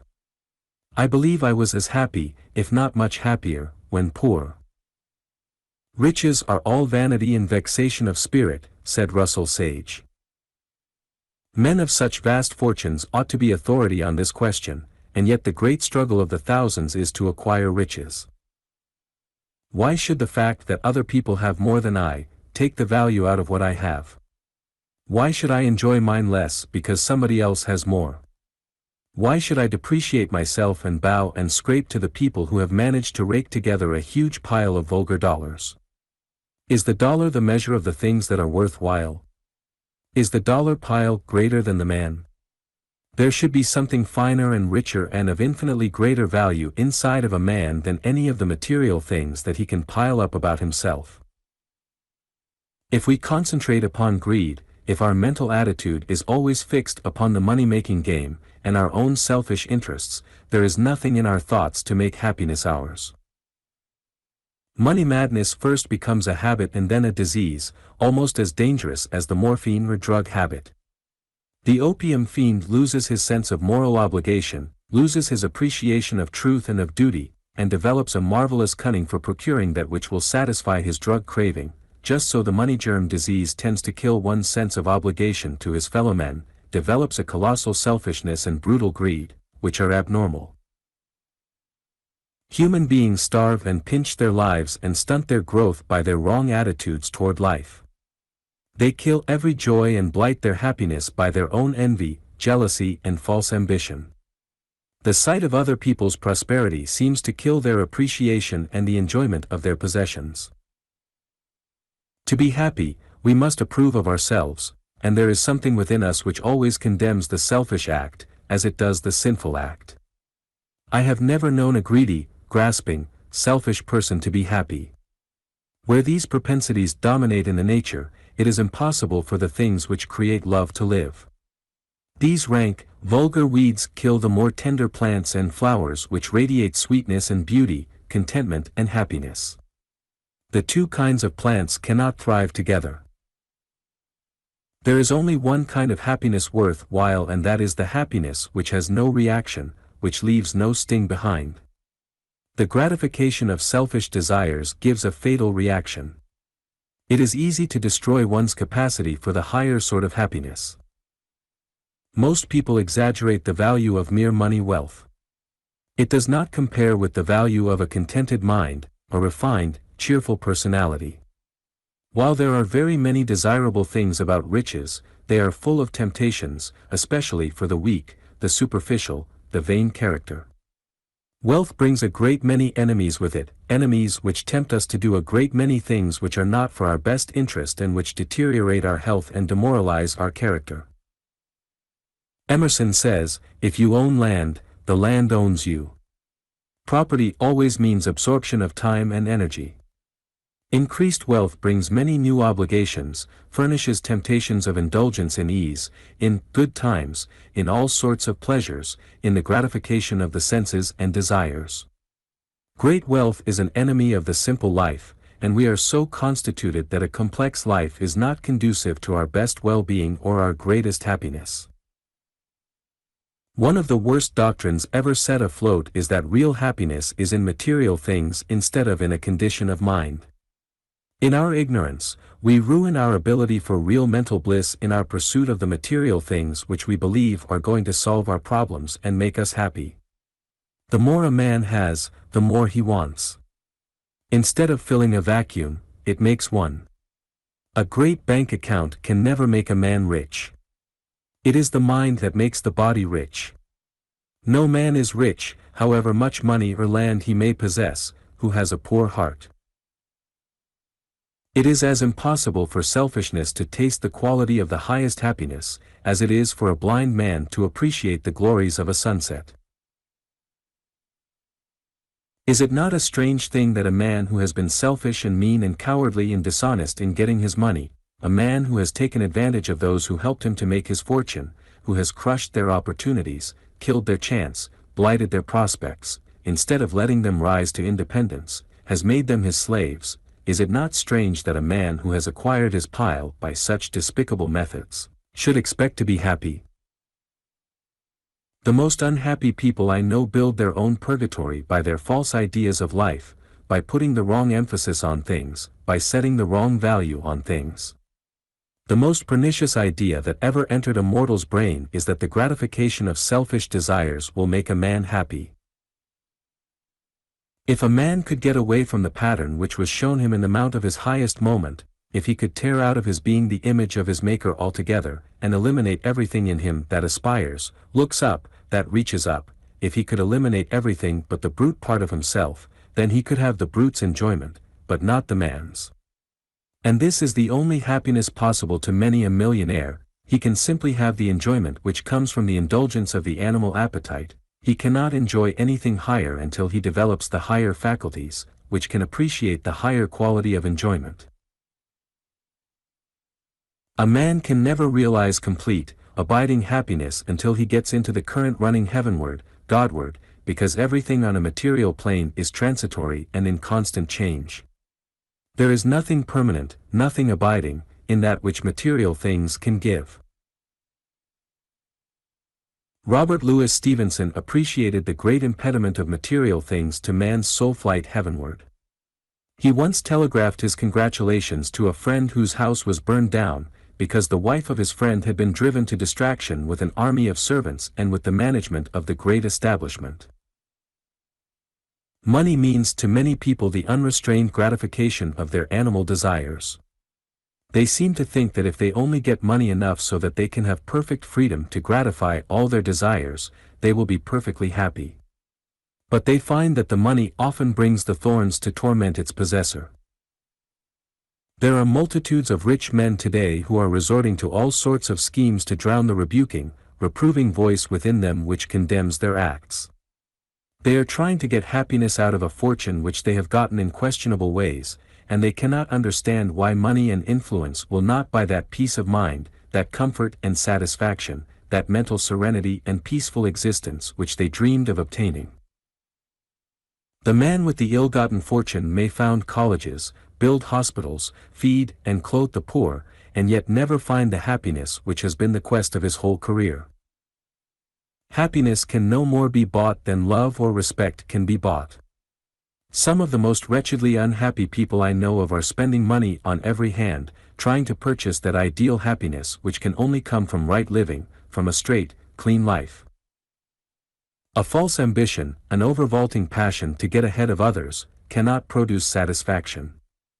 We inwardly despise ourselves for being selfish, trying to snatch things away from others to get a little more for ourselves. We condemn ourselves for trying to keep others back, for taking unfair advantage of them, even if we do get dividends out of their misfortune. We know it is not right and there is something within us which reproaches us for it. No man can be really happy who is not a man, who does not do the things which he would sanction and admire in another. If you do a thing which you would think less of another for doing, you will think less of yourself, and you cannot be happy without your own sanction.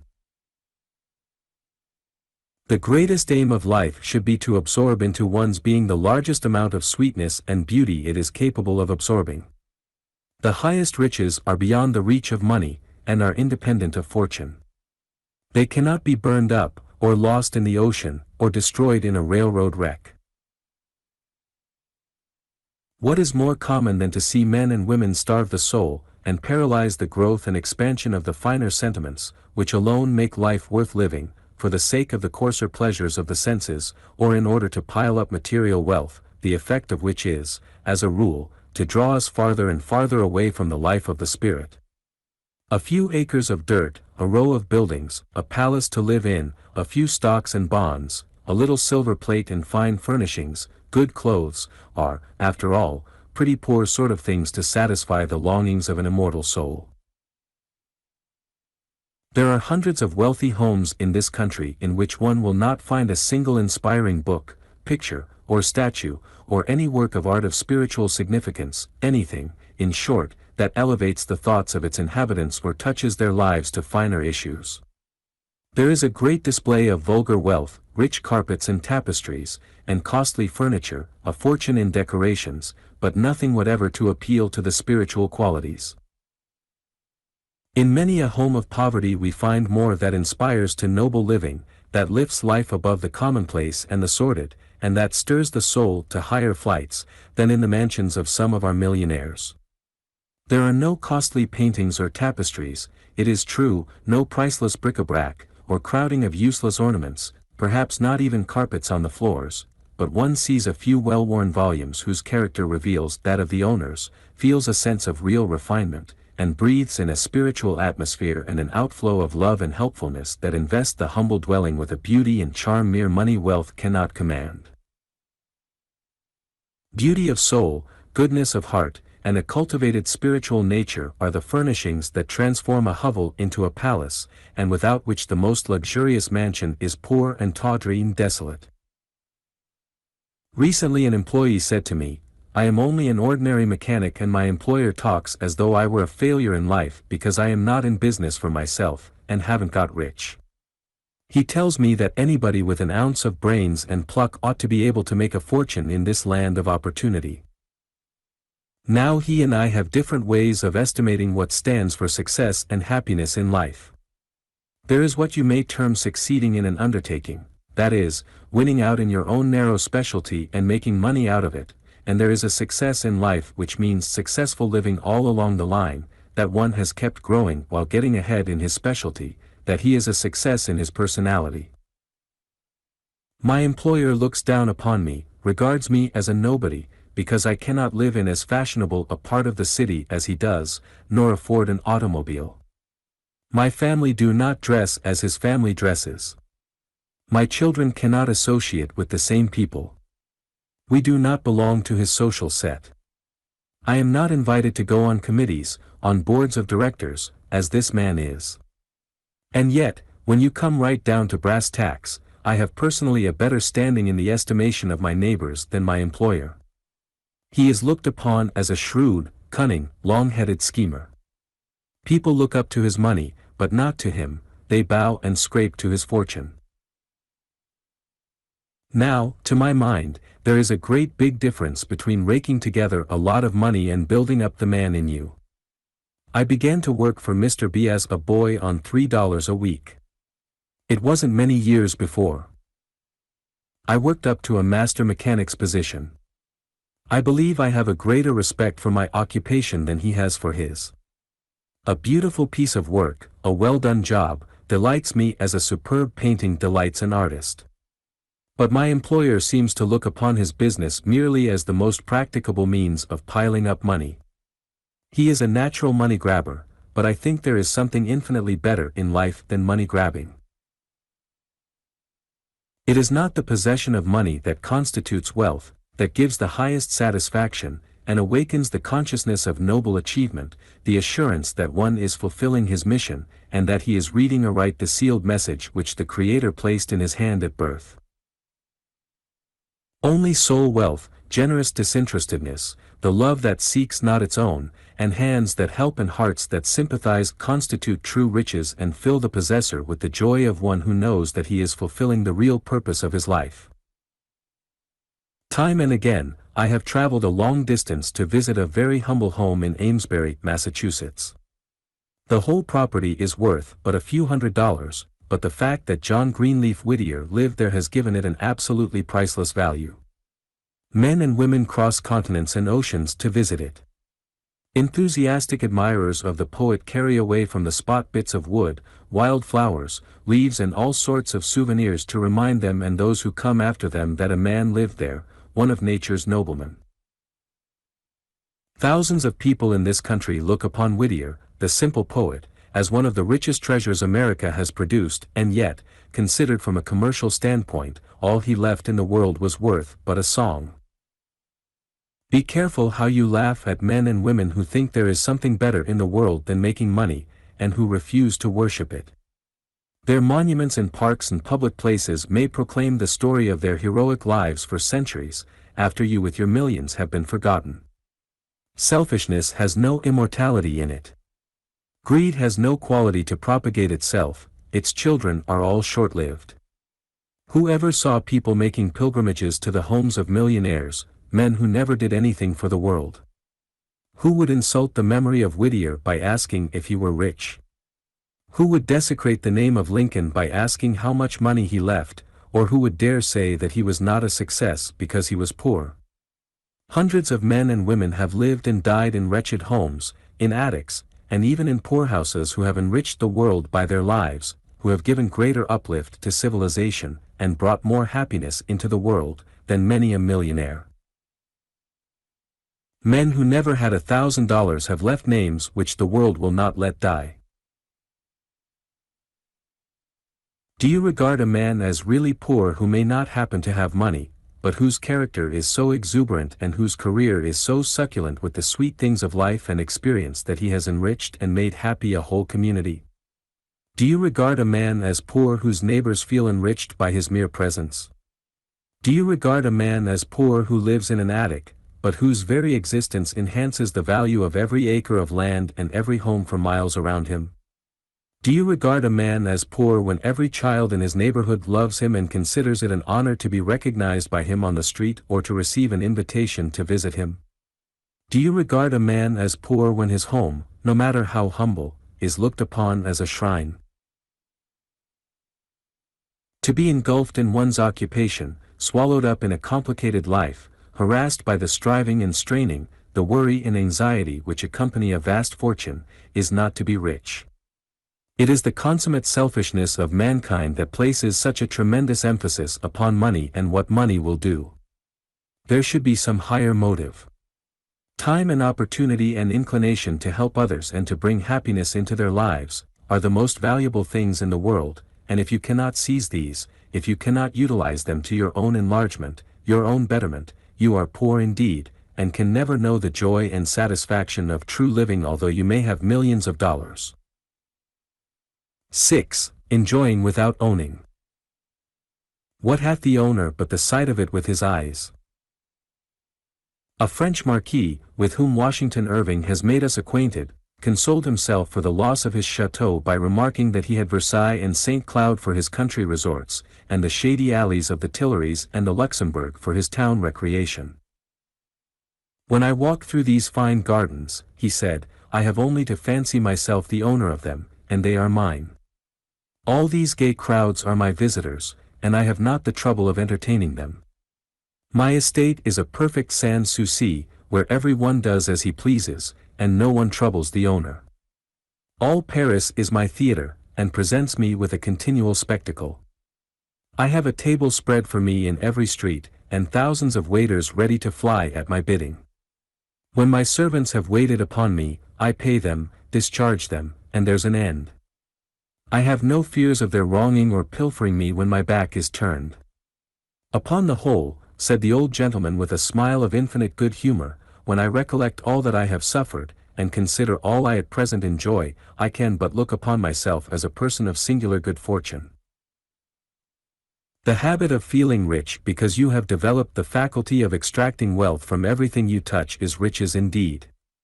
Why should we not feel rich in all that our eyes can carry away, no matter if others happen to have the title deed?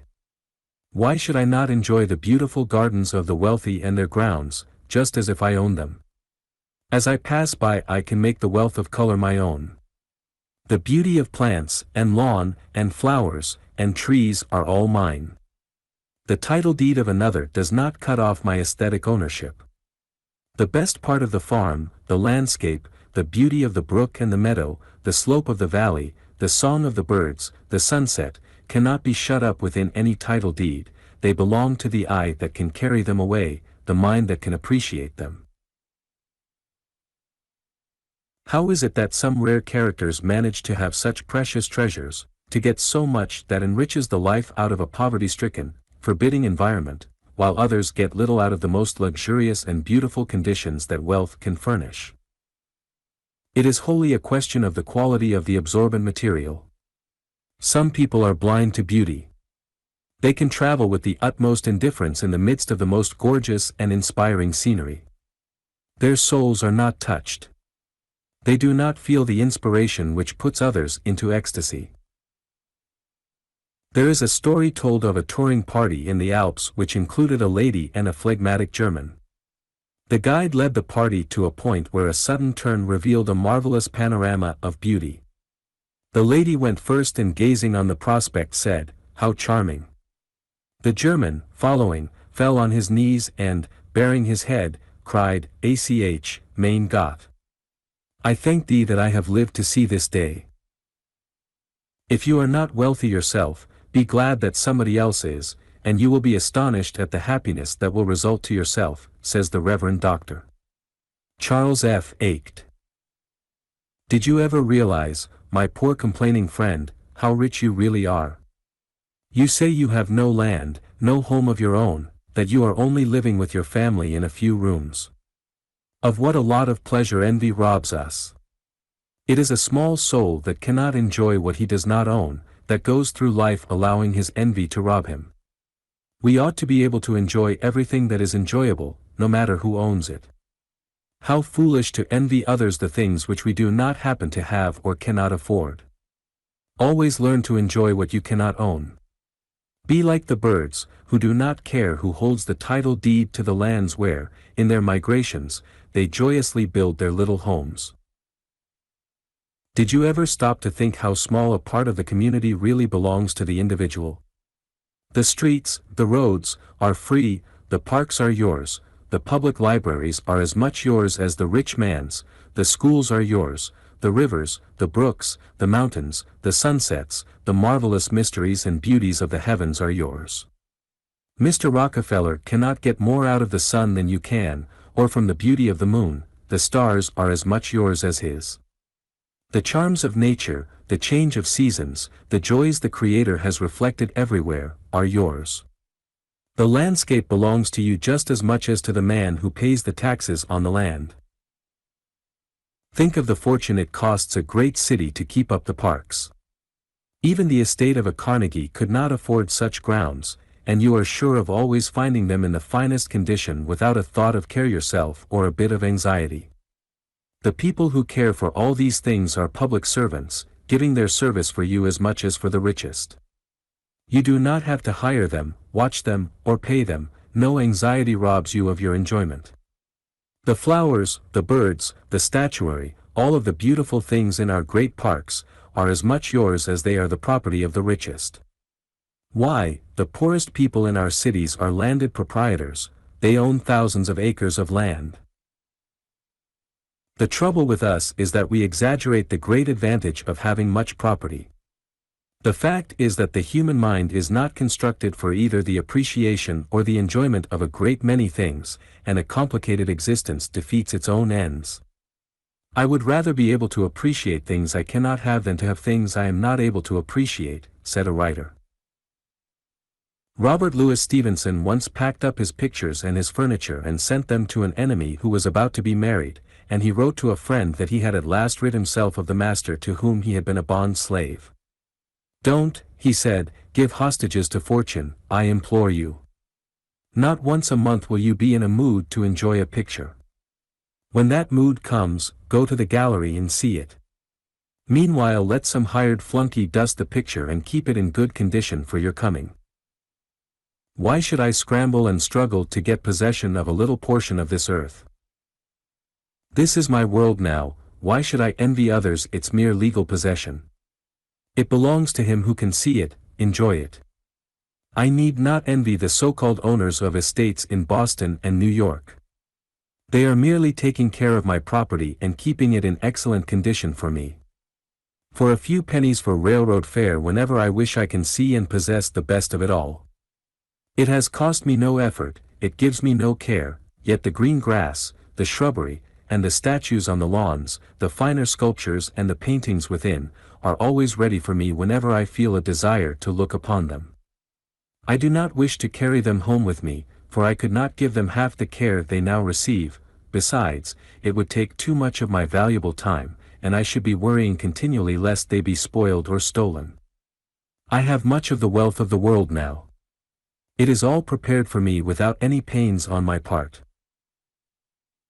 All the people around me are working hard to get things that will please me, and competing to see who can give them the cheapest.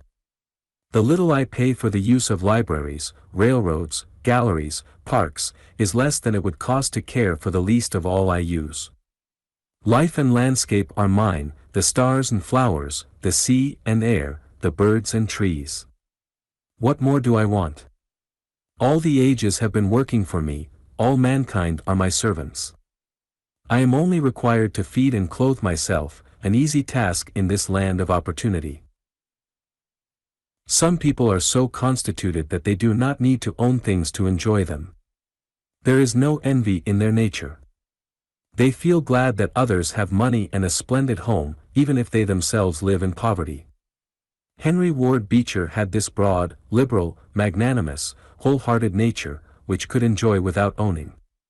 He used to say that it was a great treat to him to go out and enjoy the good things in the shop windows, especially during the Christmas holidays, and he could make the architecture and sculpture of palatial homes his own and enjoy the grounds, no matter who had the title deed to them. Phillips Brooks, Thoreau, Garrison, Emerson, Beecher, Agassiz, were rich without money. They saw the splendor in the flower, the glory in the grass, books in the running brooks, sermons in stones, and good in everything. They knew that the man who owns the landscape is seldom the one who pays the taxes on it. They sucked in power and wealth at first hand from the meadows, fields, and flowers, birds, brooks, mountains, and forest, as the bee sucks honey from the flowers. Every natural object seemed to bring them a special message from the great author of the beautiful. To these rare souls every natural object was touched with power and beauty, and their thirsty souls drank it in as a traveler on a desert drinks in the God-sent water of the oasis. To extract power and real wealth from men and things seemed to be their mission, and to pour it out again in refreshing showers upon a thirsty humanity. Did you ever watch a bee flitting about gathering delicious honey from the most forbidding and unattractive sources? I know men and women who have, superbly developed, this marvelous instinct for gathering honey from all sorts of sources. They extract it from the most repellent surroundings. They cannot talk with the poorest, meanest, most unfortunate specimen of humanity without getting that which will sweeten the life and enrich the experience. This ability to extract enjoyment from all sorts of sources is a divine gift. It broadens the life, deepens the experience, and enriches the whole nature. It is a great force in self-culture. The secret of happiness is in a cheerful, contented mind. He is poor who is dissatisfied, he is rich who is contented with what he has, and can enjoy what others own. Our eyes oft look above to find life's prize. Whereas, when wisdom's years have made us wise, we see it at our feet in that same way. We careless passed along but yesterday. There are joys which long to be ours. God sends 10,000 truths, which come about us like birds seeking inlet, but we are shut up to them, and so they bring us nothing, but sit and sing a while upon the roof and then fly away. 7. The sin of tired nerves. The kindest and the happiest pair will find occasion to forbear, and something every day they live to pity and perhaps forgive. Cooper. A great many well-meaning people, both men and women, are great nerve sinners. They allow themselves to become exhausted and so depleted physically that they lose the power of resistance. They cannot control themselves and are the victims of their nerves. There are tens of thousands of women in this country who, much of the time, are in a chronic state of fatigue, and who seldom ever get rested. Many of them do not get sleep enough, are constantly interrupted by the children, and their great load of mental care, together with their hard work and monotonous lives, are enough to wreck the health and ruin the disposition of all but women of extraordinary poise and strength of mind and body. Men who have their regular hours of work and are then free, little realize what it means for their wives to work nearly twice as long as they do, and often with a great many more things to irritate them. Most women would be cheerful and kind if they lived perfectly sane lives. Most men would be nervous wrecks in 3 months if they were to exchange places with their wives. Women often get extremely nervous, and their husbands blame them for their irritability, when the whole trouble is the result of mental and muscular fatigue, which may be caused by long hours of work, the monotony of their lives, and the presence of all sorts of vexations which tend to keep them in a constant state of semi-exhaustion. The friction in many unhappy homes is largely caused by overwrought, tired nerves. A large part of the mental suffering which many of us cause is wholly without intention. The cutting things we say, our criticism, our unkindness often come from kindly hearts but irritated nerves. We say cruel things even to our best friends and those we love best when our nerves are on edge from fret and worry, things we would not have said for the world but for the irritation, the sheer exhaustion, that robbed us of self-control. How many people carry cruel wounds for years, perhaps for a lifetime, which were thoughtlessly inflicted by a dear friend in a moment of anger when their physical standards were down? How often we hurt those whom we love dearly and whom we would help, when we are tired and jaded and things fret us.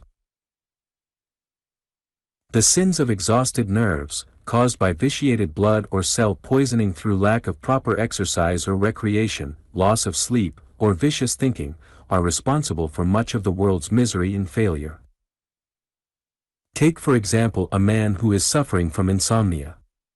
Hard times and financial panics may have completely demoralized his business, and being of a highly organized, nervous, sensitive temperament, accustomed to worry even when comparatively well, he is completely upset when his physical vitality is at a low ebb. His powers of resistance have become so reduced that his willpower is perfectly helpless to master the situation, and he then becomes the victim of all sorts of trifling annoyances which when normal he would not have noticed. He is unreasonable with his employees, cruel to those dependent upon him, and he says things for which he afterwards despises himself. In other words, the brute in him has usurped the throne and rules, while he finds himself the slave to passions which he has been trying all his life to conquer. There is only one thing to do when you are not sure you can control your acts, that is, to stop whatever you are doing, retire to some quiet place, get out of doors, if possible, or get by yourself for a few minutes, long enough to restore your balance, get your bearings, assert your manhood. The sunlight is as necessary for happiness as it is for peaches. Many a worried, discouraged, melancholy, despondent person would become vigorous and happy by merely getting out into the sunshine. The victims of tired nerves should be very regular in their habits and take special care of their health. They should eat foods which will nourish the nerves. There is nothing which will take the place of a great deal of outdoor exercise and a cheerful, harmonious environment. Worry, anxiety, and fear in all its phases are deadly enemies of the nerves. So is overwork. Not long ago I had a letter from a rising young lawyer who is suffering from a complete nervous breakdown. He had, at the start, a strong constitution, but was so ambitious to make a name for himself that he had undermined it by working much of the time more than 15 hours a day. He had the insane idea, which so many have, that the man who keeps everlastingly at it, sticks to his task year in and year out, has a great advantage over the one who works fewer hours and takes frequent vacations. He thought he could not afford to take frequent trips to the country, or even an occasional day off to play golf, as other young lawyers did, that he must make a name for himself while others were playing. So he kept on overdrawing his account at Nature's Bank, and now he is going through physical bankruptcy. Just when he should be in a position to do the greatest thing possible to him, when he should be most productive and vigorous, when his creative ability should be at its maximum, he is compelled, because of his mental breakdown, to relinquish his profession, perhaps forever. It was never intended that man should be a slave to his work, that he should exhaust all his energy in getting a living, and have practically none left for making a life. The time will come when it will be generally acknowledged that it is possible to do more work, and of a better quality, in a much shorter day than our present average working day. All work and no play makes Jack a dull boy. The fact that we have such a strong instinct for fun indicates that it was intended we should have a good deal of it in our lives. But a great number of employees are obliged to work too many hours a day, simply because their employers have not yet learned the magic of a fresh brain and vigorous physique. No matter how healthy or capable a person may be, the brain cells and faculties which are constantly used, like the bow which is always tightly strung, lose their elasticity, their grip and firmness, and become jaded, dull, and flabby. The brain that is continually exercised in one's occupation or profession, with little or no change, is not capable of the vigorous, spontaneous action of the brain that gets frequent recreation and change. The man who keeps everlastingly at it, who has little fun or play in his life, usually gets into a rut early in his career, and shrivels and dries up for lack of variety, of mental food and stimulus. He destroys his capacity for happiness. Nothing is more beneficial to the mental or physical worker than frequent change, a fresh viewpoint. Everywhere we see men who have gone to seed early, become ruddy and uninteresting, because they worked too much and played too little. Monotony is a great shriveler of ability, and a blighter of happiness. The great majority of people do their work mechanically, and regard it as unavoidable drudgery, whereas all work should be a delight, as it would be if all workers were in the right place and worked only when they were fresh and vigorous. Then the exercise of brain and muscle would give a sense of well-being, and work would be a tonic, not a grind, life a delight, not a struggle. Work, like religion, never was designed to make our pleasures less. Work is essential to health, every faculty, contributes to one's efficiency, gives a keener edge to all of one's sensibilities, and health is the foundation of happiness. It is a strange fact that many people cannot appreciate the infinite difference between working when the brain and muscles are up to the highest standard of efficiency and forcing them to work when they are fatigued. No one is himself when his nerve centers are exhausted, whether from excessive use or from lack of proper food. The quality of one's thought, ambition, energy, aims, and ideals, is largely a matter of health. Who can estimate the tragedies which have resulted from exhausted nerve cells? Many crimes are the result of abnormal physical conditions consequent upon exhaustion. Men do all sorts of strange, abnormal things to satisfy the call of these exhausted tissue cells for nourishment. They try to restore them by drink and other kinds of dissipation. If it were possible for the people of this country to follow the laws of health for 6 months, it would change the entire condition of our civilization. The unhappiness, misery, and crime would be reduced immeasurably, and the general efficiency would increase marvelously. Ignorance of the laws of health is responsible for a large part of the ills we suffer, and for discouragement and unhappiness. It seems strange that we should spend so much time and money learning about 100 things which we shall never use practically, but which are, of course, of great value as discipline, and almost wholly neglect to find out what we are ourselves. It is really an insult to the Creator, who has fashioned us so marvelously, that we should not spend as much time studying the physique which it has taken him a quarter of a century or more to bring to maturity as we would spend upon a single dead language which we know we shall never use except indirectly. I know a young lady who has very marked ability, and when she is in good health, and her spirits are up, she accomplishes wonders, but much of the time she is in poor health, and then her ambition is down, she is discouraged. The result is that she will probably never be able to bring out 10% of her real ability, or to find the satisfaction her talents should warrant. Everywhere we see people doing little things, living mediocre lives, when they have the ability to do great things, to live grand lives, if they only could keep their health up to standard. The first requisite to success and happiness is good robust health. The brain gets a great deal of credit which belongs to the stomach and the muscles. Health is the fire of life which spurs us on to efforts which lead beyond mediocrity. Physical weaknesses of all kinds minimize our effort, belittle us, cripple us. No industry or willpower can compensate for their evil effect. Vigorous, robust health doubles and quadruples the efficiency and power of every faculty and function.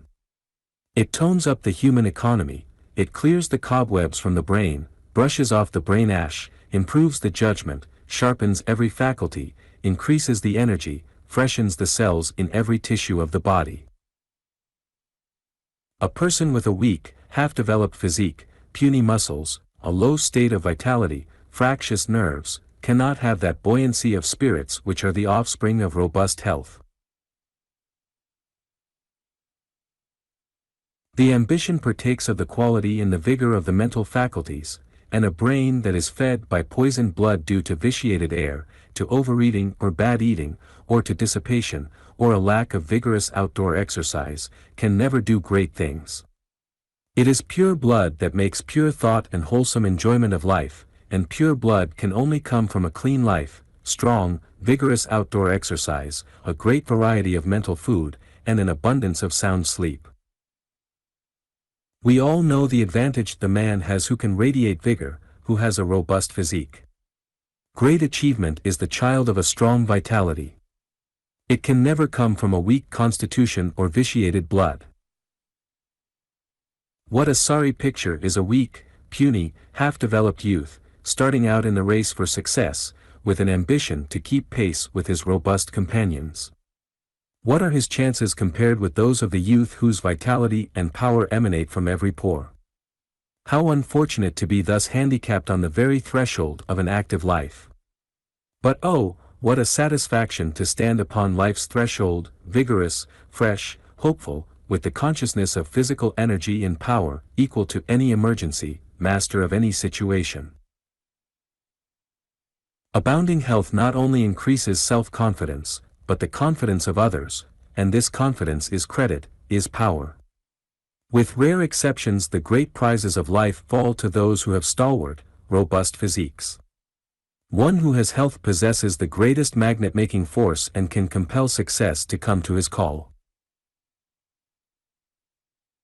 Robust health not only raises the power of and multiplies the entire brain power many times, but it also increases tremendously the power to enjoy life. In the last analysis, happiness is located in the microscopic cells of the body, and the integrity of every one of these billions of tiny cells is essential for perfect happiness. Anything which interferes with this integrity, which causes discord, deterioration, poison, or pain, affects the well-being, the happiness, by just so much. The problem of happiness can scarcely be solved without a proper understanding of what it consists physiologically. What are the discordant notes which have spoiled man's song of life? What is the new philosophy of happiness? The student of happiness must learn how much our happiness as well as our character depends upon sound health. He will find that there is no lasting unhappiness with sound health, and no real happiness without it.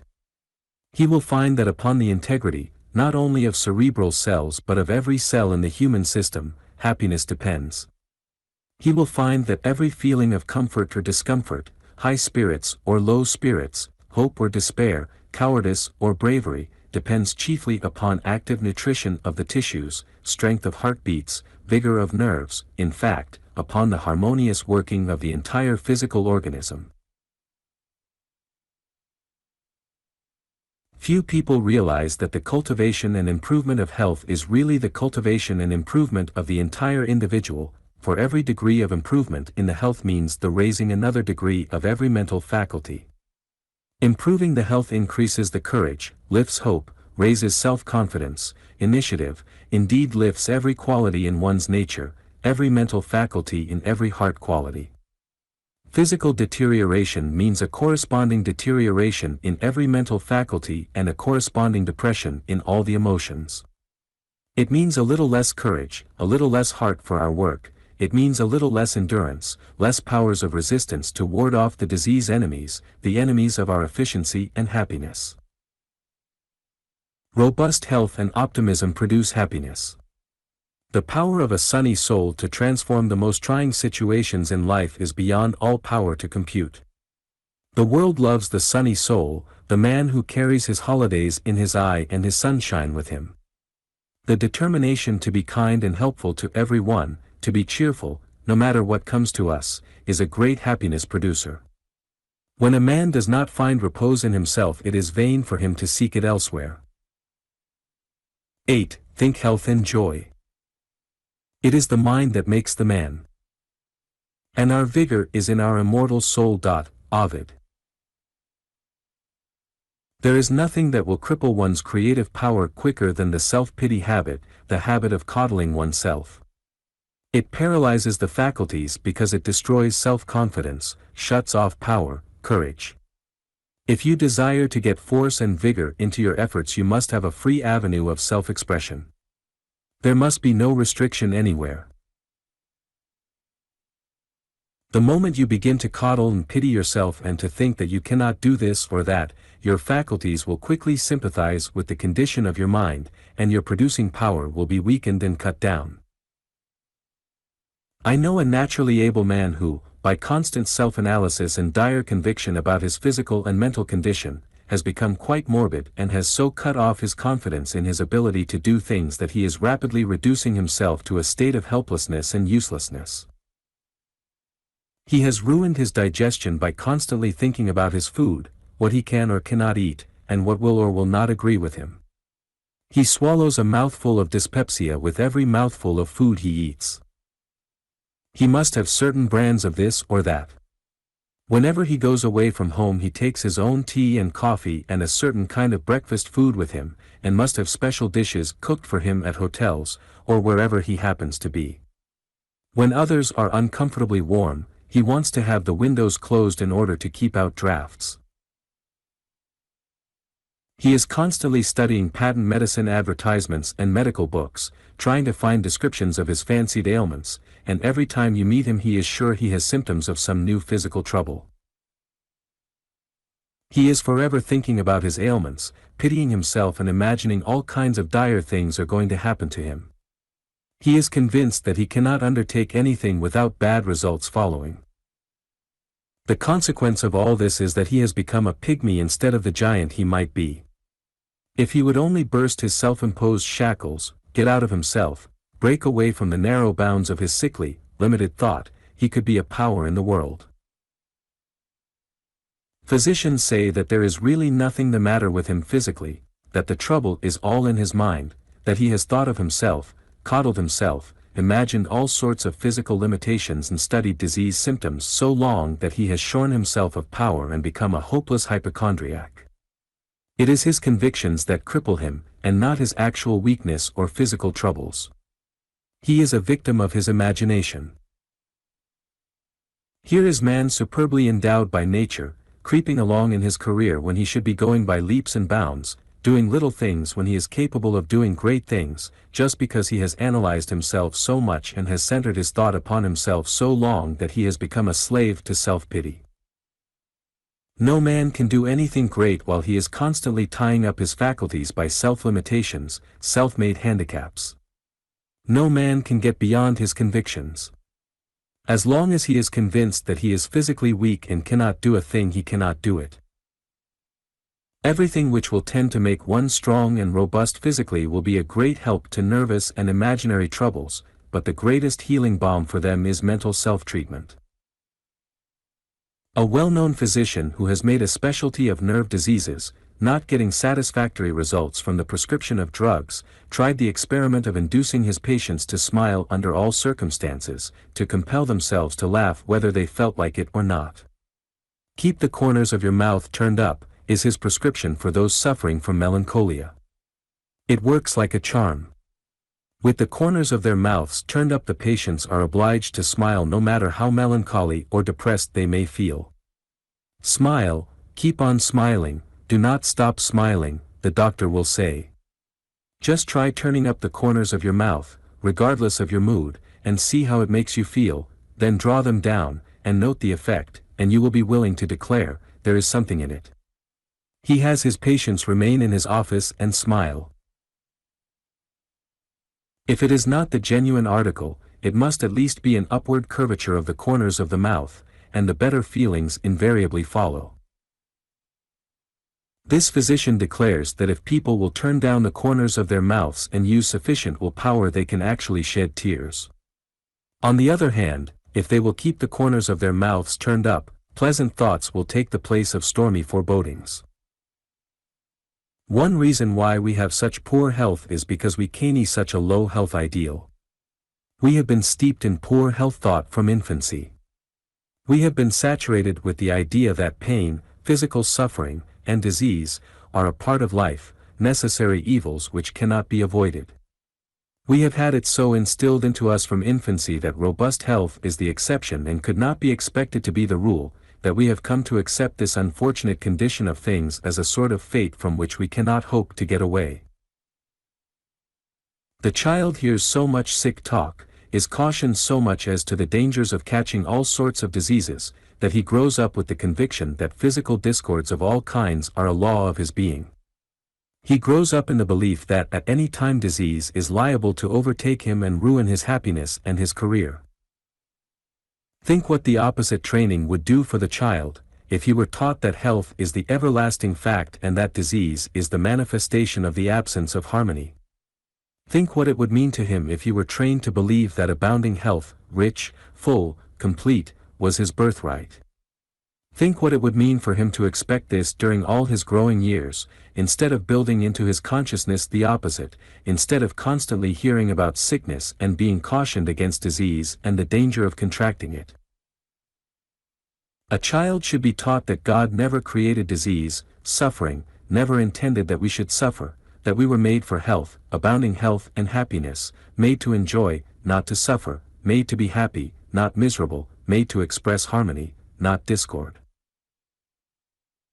Mental activity and a healthy mental attitude have the most of all to do with happiness. The quality of the thought determines the quality of the life. We cannot get healthy thinking from a diseased brain or nerve cells. If the vitality is below par, the life will drop to its level, and the power to enjoy will correspond. The happier you are, the less energy you waste, because added happiness means added harmony, and the system wastes no energy while it continues in perfect harmony. The less energy you waste, the more vitality you will possess, and the greater your supply of vital energy, the less liable you are to sickness. When your system is absolutely full of vital energy, you will contract no disease.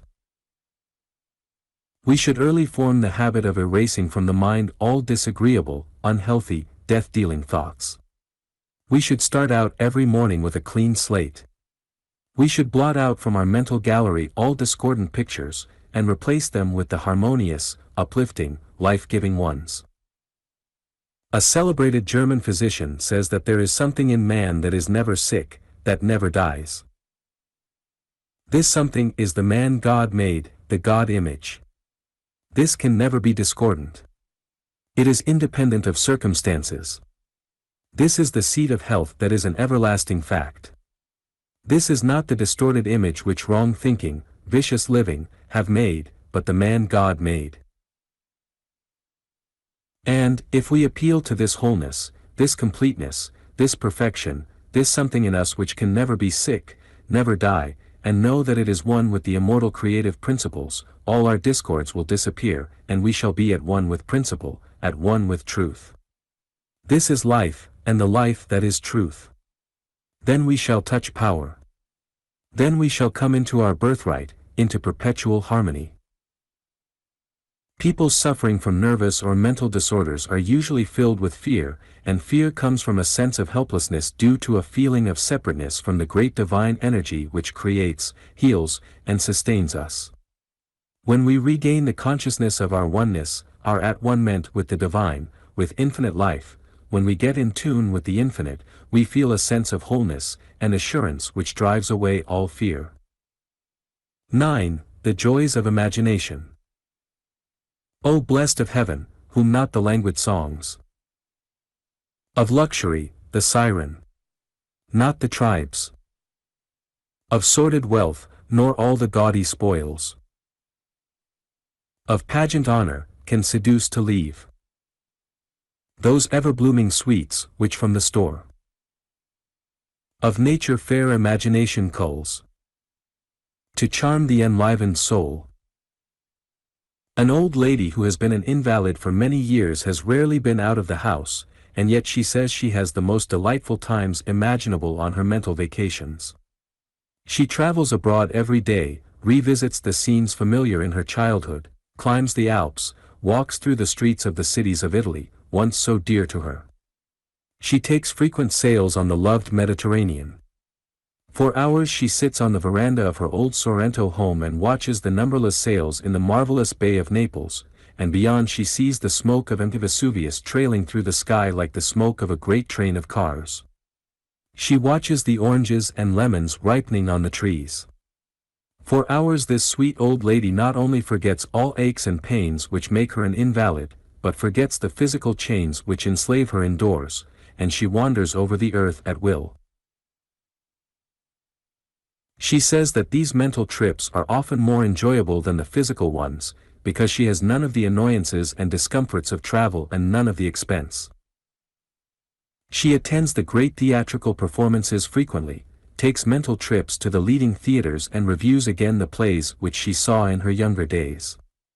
She reads Shakespeare, and sees Booth, Salvini, Bernhardt, and all the great actors and actresses, who never tire repeating their plays for her. During the opera season this lady says she regularly attends the great performances. Oftentimes when in pain she starts off on her mental trips and for many hours scarcely returns to think of herself, and when she comes back she is refreshed with new hope and new courage for fighting her physical battles. She says that if people only knew the possibilities of enjoyment through the picturing power of the imagination, the whole human race would be happy. The training and education of the majority of people do not half emphasize the possibilities of enjoyment through the imagination. The trouble is that most of us put too much emphasis upon the limitations of the senses. The imagination was given us to lift us out of all surrounding things and to make us practically omnipresent.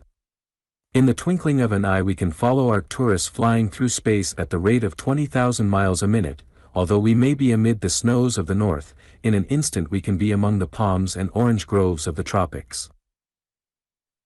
The trouble with many people who lack imagination is that they have no utopia, no vision, and life is a hard, monotonous grind. Everyone should have a utopia and should live in it much of the time, a place where everything is ideal, and where everybody and everything is what they ought to be. It is a great relief and refreshes one wonderfully to retire into his utopia at will, where everything is ideal and where there is no discord, no friction, nothing to worry or make one anxious, and where the mind can rest. I know several people so hemmed in by an iron environment, and so confined to perpetual hard work, that it is almost impossible for them to be long away from their places of business or their professions, and yet, although they are subject to rasping vexations and annoying conditions such as would worry some people to shadows, they always seem to be serene, fresh, and buoyant, because they have acquired the happy art of mental refreshment and change by taking mental vacations. I have interviewed some of these people, and they tell me that, no matter how trying, or how exasperating their work, or how vexatious or annoying the conditions may be about them, when they get a bit of leisure they can instantly lift themselves out of their troubles into a harmonious and blissful mental condition which nothing material can touch or mar. They cross oceans and take mental trips into foreign lands which they have once visited. They have so educated their imaginations that they can create new places, new worlds, people them, and live in them. They can see beauty that was never on sea or land, and hear melodies and harmonies that have never touched human ears. Many invalids have acquired this art of refreshment through mental tours, taking trips to beautiful lands that have never been seen by material eyes. They may not be able to go on long vacations into the country, but they are able to take many mental excursions there, and to go back to the old home or farm, and relive their childhood days. Mentally they wade and fish in the brooks, climb the mountains, tramp in the forest, and meander through the meadows. What a wonderful compensation nature has provided to balance the hard, dry, dreary drudgery of life. The imaginative faculties are wings which enable us to soar away quickly into joys ineffable. How little many of us realize what a great gift we have in the imagination, that ability to fly away at will from our harassing, embarrassing, poverty-stricken surroundings, from things which discourage, disgust, and annoy, away from grasping, grinding, sickening drudgery, away from our worries and anxieties, the things that vex us, away from the blues, into a paradise of joy, into an ideal world, where harmony, and beauty, and truth reign. What luxuries this power enables the poor to enjoy! It helps the prisoner to fly out of his cell, revisit his home and friends, and go where he will unmolested. It is said that many prisoners become almost totally unconscious of their confinement for many hours at a time. People who have written a great deal in prison, such as histories and stories, for months at a time have not found their confinement very irksome. Iron bars and a cell are powerless to imprison the mind. What a wonderful world Bunyan really lived in while he was in jail. Few people who have had their liberty have had such wonderful experiences. Nature has provided through the imagination a wonderful means of escape for the invalids and the shut-ins. Think what books mean to shut-ins. How they lift them out of their narrow walls and take them on tours all over the world. Some people never seem to tire. Their minds are always fresh, responsive, resourceful, creative, because they have this faculty of orienting the mind, freshening it by beautiful mental pictures. One of the great secrets of those who surprise everybody by the enormous amount of work they accomplish is their ability to take frequent mental recesses, or little vacations, their ability to shut all the doors through which little vexations and worries enter the mind, and waft themselves off on little excursions in the imagination, recalling the pleasant memories and reliving the scenes which have once made them happy. It does not take long to freshen a jaded mind if one knows the secret art. A child should be taught that the sources of his enjoyment are infinite, because the mere enjoyment of the physical senses, the pleasures from eating and drinking, the indulgence of passion, are as nothing compared to the larger, grander, sublimer pleasures which come from the intellect. There is as much difference between the pleasure of the senses and the joys of the intellect as there is between the gratifications of the lowest brute and the highest man. There are numerous instances in history where prisoners have been infinitely happier than some kings because their minds were unfettered.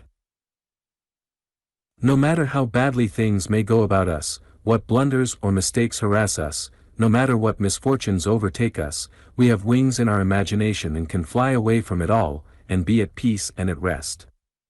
We are like the captured eagle which the boys harass, tease, and torment, but which wrenches away from them and in an instant soars into the ether and is free again. The Creator gave us this power to make it possible for us to fly away at will from everything which embarrasses, humiliates, everything which annoys us, and in an instant to dwell in ideal conditions, in the sort of peace and joy never found in any earthly kingdom, or enjoyed by any earthly monarch. Ruskin said he was not so much surprised at what we suffer as at what we lose, which might furnish infinite pleasure and satisfaction.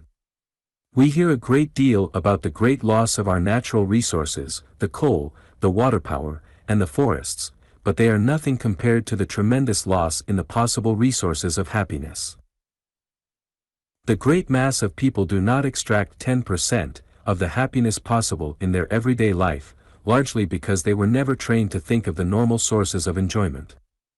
Their minds are blank, except for the little grooves which their daily routine has stamped in their brain tissue. They are as ignorant of their possible mental resources as the early Indians were of the natural resources of this continent, when the Puritans landed at Plymouth Rock. They raised just enough barely to exist upon. They did not know how to feed, to clothe, or to enjoy themselves. Their minds were blank, and they lived in wretchedness, while the vast resources of the richest continent in the world were all unknown to them. X. Taking life too seriously. Talk happiness. The world is sad enough without your woe. No path is wholly rough. Look for the places that are smooth and clear, and speak of them to rest the weary ear. Of earth, so hurt by one continuous strain, of mortal discontent and grief and pain. Ella Wheeler Wilcox. Every man we meet looks as if he'd gone out to borrow trouble, with plenty of it on hand, said a French lady, upon arriving in New York. The Americans are the best fed, the best clad, and the best housed people in the world, says another witness, but they are the most anxious. They hug possible calamity to their breasts. I question if care and doubt ever wrote their names so legibly on the faces of any other population, says Emerson. Old age begins in the nursery.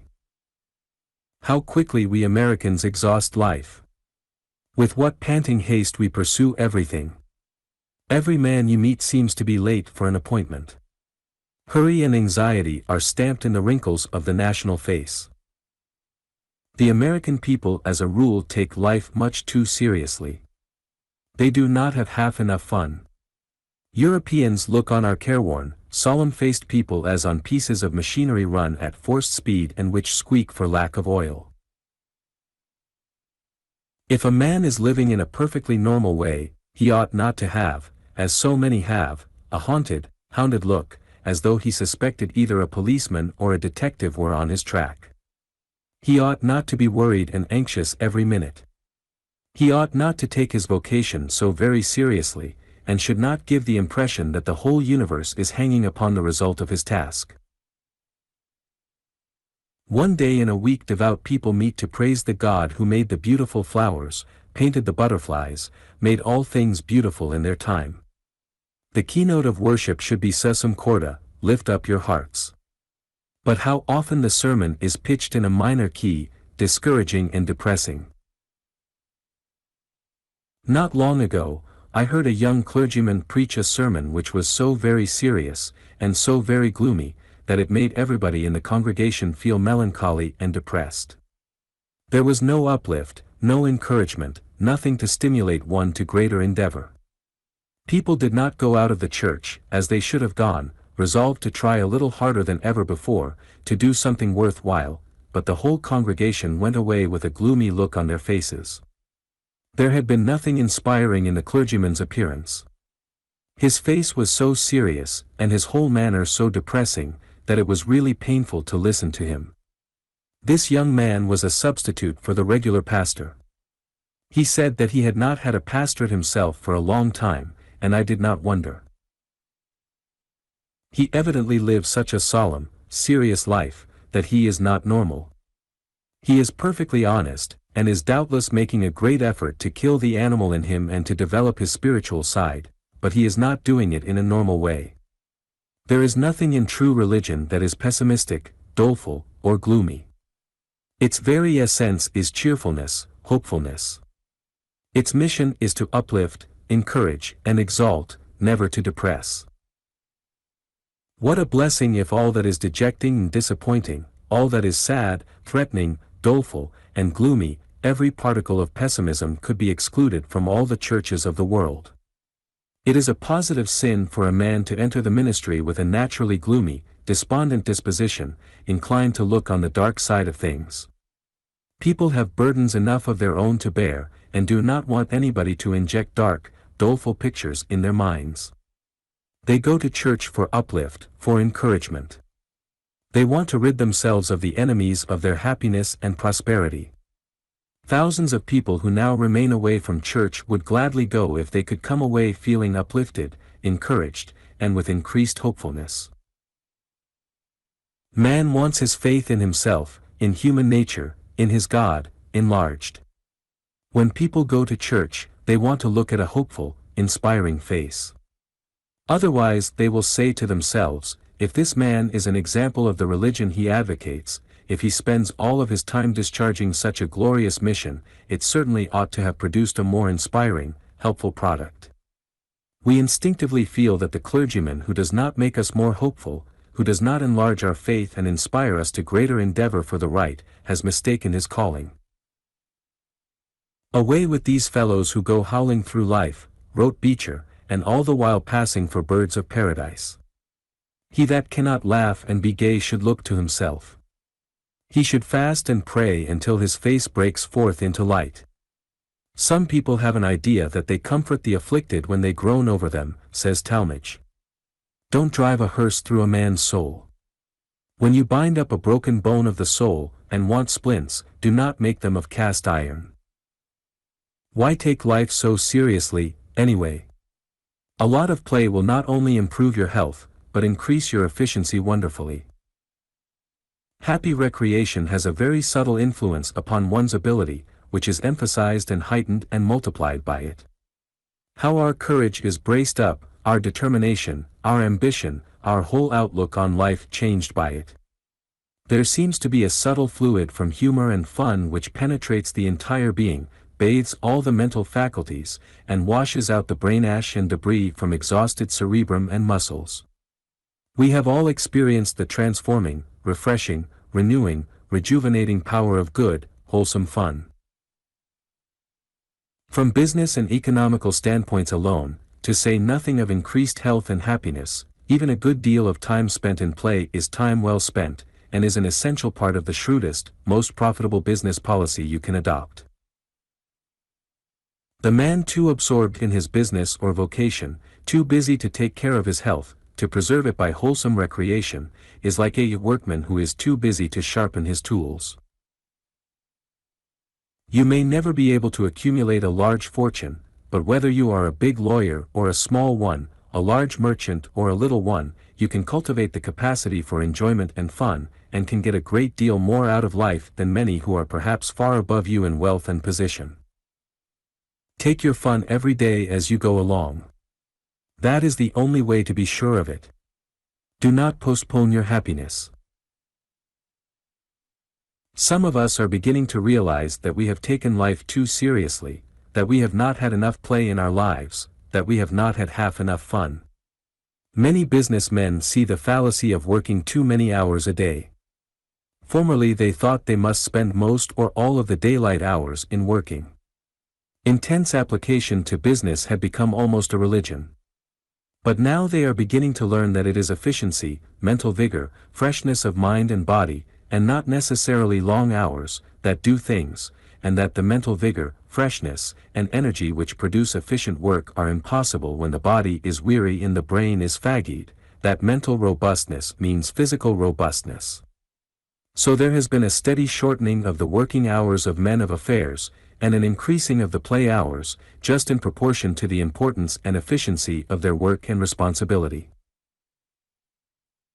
There are plenty of business men in this country at the head of great establishments who get through an enormous amount of work, who do not spend more than 3 or 4 hours a day in their offices, and who frequently take long vacations. They find that a good deal of play and mixing much with the world not only improves their health and multiplies their efficiency, but also gives them a broader, saner outlook. There is no greater delusion than that we can accomplish more by working a great many hours, straining mind and body to the limit of endurance, than by working fewer hours with less strain, less fatigue, but with greater vigor, greater intensity. Great efficiency, vigorous mental concentration, are impossible when the mind is overstrained, fatigued, or when we do not have sufficient recreation to restore its elasticity, its rebound. Many Americans have the idea that great achievement depends upon unceasing, strenuous industry, the everlasting grind. They think that the more they work the more they will accomplish. The fact is that what we achieve in life depends upon the effectiveness of our work, upon our efficiency, rather than upon the length of time we work. Many people who are capable of doing good work, do very inferior work, simply because they are in a run-down, jaded condition much of the time. Everywhere we see ineffective, botched work, because men do not keep themselves in a vigorous, healthy condition. They do not play enough, do not have sufficient exercise in the open air, recreation that refreshes and strengthens both mind and muscle. They take life too seriously. When you have plenty of fun, you work with more vigor, and with greater enthusiasm. You begin your day in better spirits, are more hopeful, and you leave your work at night happy, and in a more contented frame of mind. Many men work their employees so many hours, and so hard, that they do not keep fresh, buoyant, and enthusiastic. Where did the idea come from that we should take life so seriously, anyway? Why should a man be such a slave to his breadwinning? We ought to be able to get a good living, even to make fortunes, and yet have a good time every day of our lives. This idea of being a slave most of the time, and of only occasionally enjoying a holiday, is all wrong. Every day should be a holiday, a day of joy and gladness, a day of supreme happiness, and it would be, if we lived sanely, if we knew the secret of right thinking and normal living. There is certainly something wrong in the very idea of sacrificing the juices of our lives for the husks which we get. Remember that there is something else in the world even more important than making money. Your health, your family, your friendships should mean 1,000 times more to you than dollar chasing. Life was given us for enjoyment, not for one long, strenuous, straining struggle in the dreary drudgery of scraping dollars together. Living getting was intended to be only a mere incidental in the larger life of growth, of freedom of soul expansion, mind enlargement. Men could get joy out of their business if they only knew how, and by taking the drudgery out of it they would not only be happier, but they would also be more prosperous. A great many men fail because they are too serious, because they develop unsocial, morose, cold qualities which repel, and which make them poor mixers. It is the sunshiny, happy nature which attracts friends and trade. The too serious people seem to say, "Keep away from me, life is too serious a matter to be spent on trivial things." They are dry, and ruddy, because there is not enough play in their lives to furnish the necessary lubrication, variety, or change. Someone said to me once, "The New Englander is actually afraid of enjoying himself. He does not feel just right when he is spending money trying to have a good time.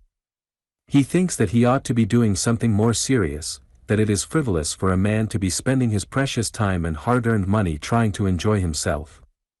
He believes with Carlyle, that it is none of his business whether he is happy or not, that he was put into this world to do something serious, and he must do it. While that is a very unfair estimate of the whole New England character, it is true that many New England people are so constituted that they cannot really enjoy a holiday or a vacation, because they feel that it is too frivolous, that they ought to be doing something better than that. They feel that they must be about the master's business. Now, to my mind, the master's business often means a great deal of play, of healthful, rejuvenating recreation. It means a lot of enjoyment, a lot of real fun, to keep healthy, normal, and efficient. It is said that the easy chair is a necessary part of the strenuous life. It is impossible for any normal being to keep his life in harmony without a great deal of recreation and play. What magic a single hour's fun will often work in a tired soul. We have all felt the wonderful balm, the great uplift, the refreshment, the rejuvenation which have come from a jolly good time with family or friends, when we have gone home after a hard, exacting day's work, when our bodies were jaded and we were brain-weary and exhausted. Many people give us the impression that the famed Damocletian sword of pain, suspended by a thread, hangs over them constantly ready to fall and pierce them at any moment even in their joys and pleasures. They never seem to enjoy anything without alloy. They give you the impression that they are conscious of the skeleton's presence at every feast. It's a real duty to be jolly, says Merriman, and the violation of it ought to subject anyone to fine and imprisonment. What right has anyone to go about the community lachrymose, woebegone, with tears in's eye, distraction in's aspect? What right has he to distribute the bacilli of depression, gloom, doompishness, and general forlornity? A fellow may have corns and porous plasters, and boils and styes and spasms, and freckles and moles, and eardrums and quinine pills, and an utter absence of joy in the stomachic regions, but he needn't hire the town crier to go about with a bell proclaiming it. He needn't be pouring it into the ear of every unwilling buttonholed victim who feels afterwards as if he had visited all the hospital incurables. Take a brace, a strong one. Smile on, smile ever. Groan not. Whine not. Whimper not. Grumble not. Say you're feeling gay, jolly, all right, salubrious, never better in your life. Laugh, laugh out loud, real loud. Risk the blood vessels and have a good old chuckle for once. Burn your own smoke. You're not the only job on the ash heap. Stop peddling disagreeables and creating a social blanket of sticky, shivery fog. Scatter sunshine, bushels of it, cartloads of it, whole freight trains of it. Scatter it by the barrel, bag, and ton. People won't object to it. They'll take all you can give them. Care in our coffin drives a nail, no doubt. But every grin so merry draws one out. A cheerful disposition that scorns every rebuff of fortune and laughs in the face of disaster is a divine gift. Fate itself has to concede a great many things to the cheerful man. To be able to laugh away trouble is greater fortune than to possess the minds of King Solomon. It is a fortune, too, that is within the reach of all who have the courage and nobility of soul to keep their faces turned to the light. 11. Happiness can be cultivated. The rose is but a cultivated cabbage. I know a lady who once underwent an operation for the removal of a tumor. Everything in her life dates from that time. She cannot converse on any subject but she drags in her operation. It is her excuse for her explanation of all her shortcomings in domestic affairs. How many people are loath to let their troubles go? They have lived with them so long that they have become sort of companions, and they seem to take a morbid pleasure in entertaining them, just as some patients like to dwell upon their symptoms and aches and pains. Few people realize that happiness may be cultivated to any great extent. They seem to think that the power to enjoy life is largely hereditary, that they cannot do very much to change a crotchety, sour, unhappy disposition. One of the most difficult lessons of life is to learn that we are largely the product of our thought, that our environment, our education, our habitual thought have very much more to do with the output of our lives than heredity. St. Paul was really scientific when he said to his disciples, "Be ye transformed by the renewing of your mind." The brain changes to meet the demand made upon it. It is modified by its condition of activity, the motives which actuate, mold, and shape the conditions which the individual has to meet. The brain is very adaptable, as shown by the effects upon it by the different vocations. Each makes a different call upon it and develops faculties and characteristics peculiar to it. When the world was young, the human brain was very primitive, because the demand upon it was largely for self-protection and the acquisition of food, but gradually a higher call was made upon it, a more varied development demanded, and now it has become exceedingly complex. Every new demand of civilization has made a new call upon the brain, and it has responded to the call and has adapted itself to modern needs. Many people have an idea that the brain is not susceptible to any great change, but is limited, fixed by heredity. But there are numerous examples of people who have completely revolutionized portions of their brains. Faculties which were weak at birth or deficient from lack of exercise, have been made strong. For example, take courage. Many successful people were as children so completely devoid of this quality that it threatened to wreck their careers. Their courage was strengthened through the help of intelligent training. This was done by the cultivation of self-confidence, the constant holding in the mind the suggestion of courage, the contemplation of brave deeds. There are plenty of people doing little things in the world who might become mental giants, if their dormant faculties were aroused, and their general ability improved and enlarged by scientific brain culture.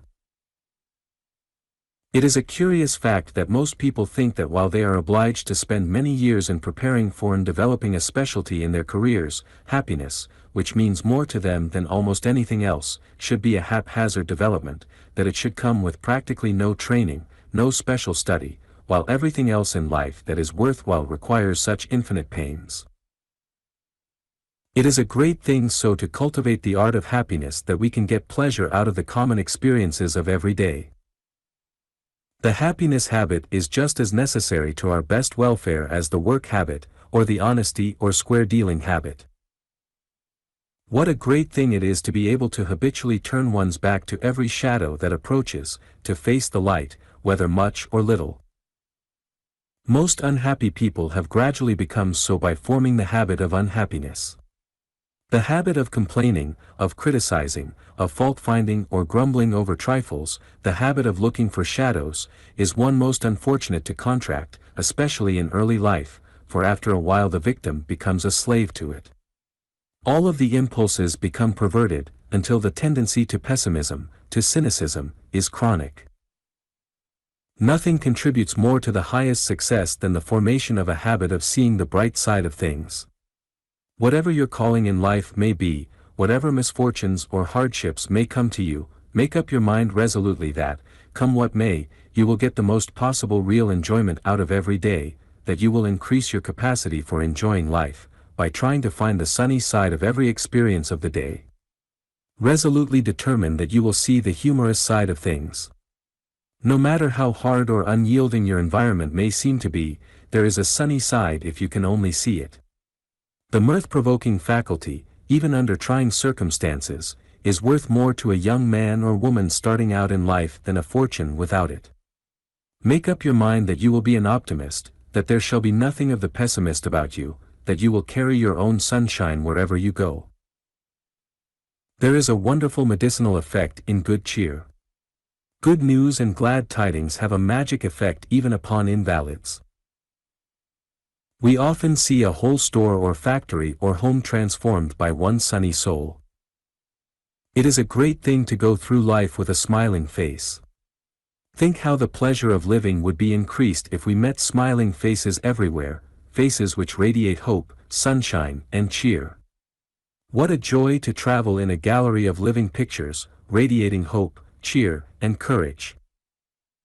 One of the rules of the Vocational Bureau of Boston is to cultivate a smile as one of the winning graces which enriches life. What would do more to bring sunshine and cheer into the life? It is pitiable to watch the faces of many of our young people in great cities and to see how sad, serious, and suppressed they are. Why should a young life be weighed down with anxiety, care, and worry? What have gray hairs and furrows of care, deep lines in the face, sadness and moroseness, to do with youth? If we were living perfectly normal and natural lives, we should carry youth into old age. There should be no such thing as premature gray hairs or signs of age upon youthful faces.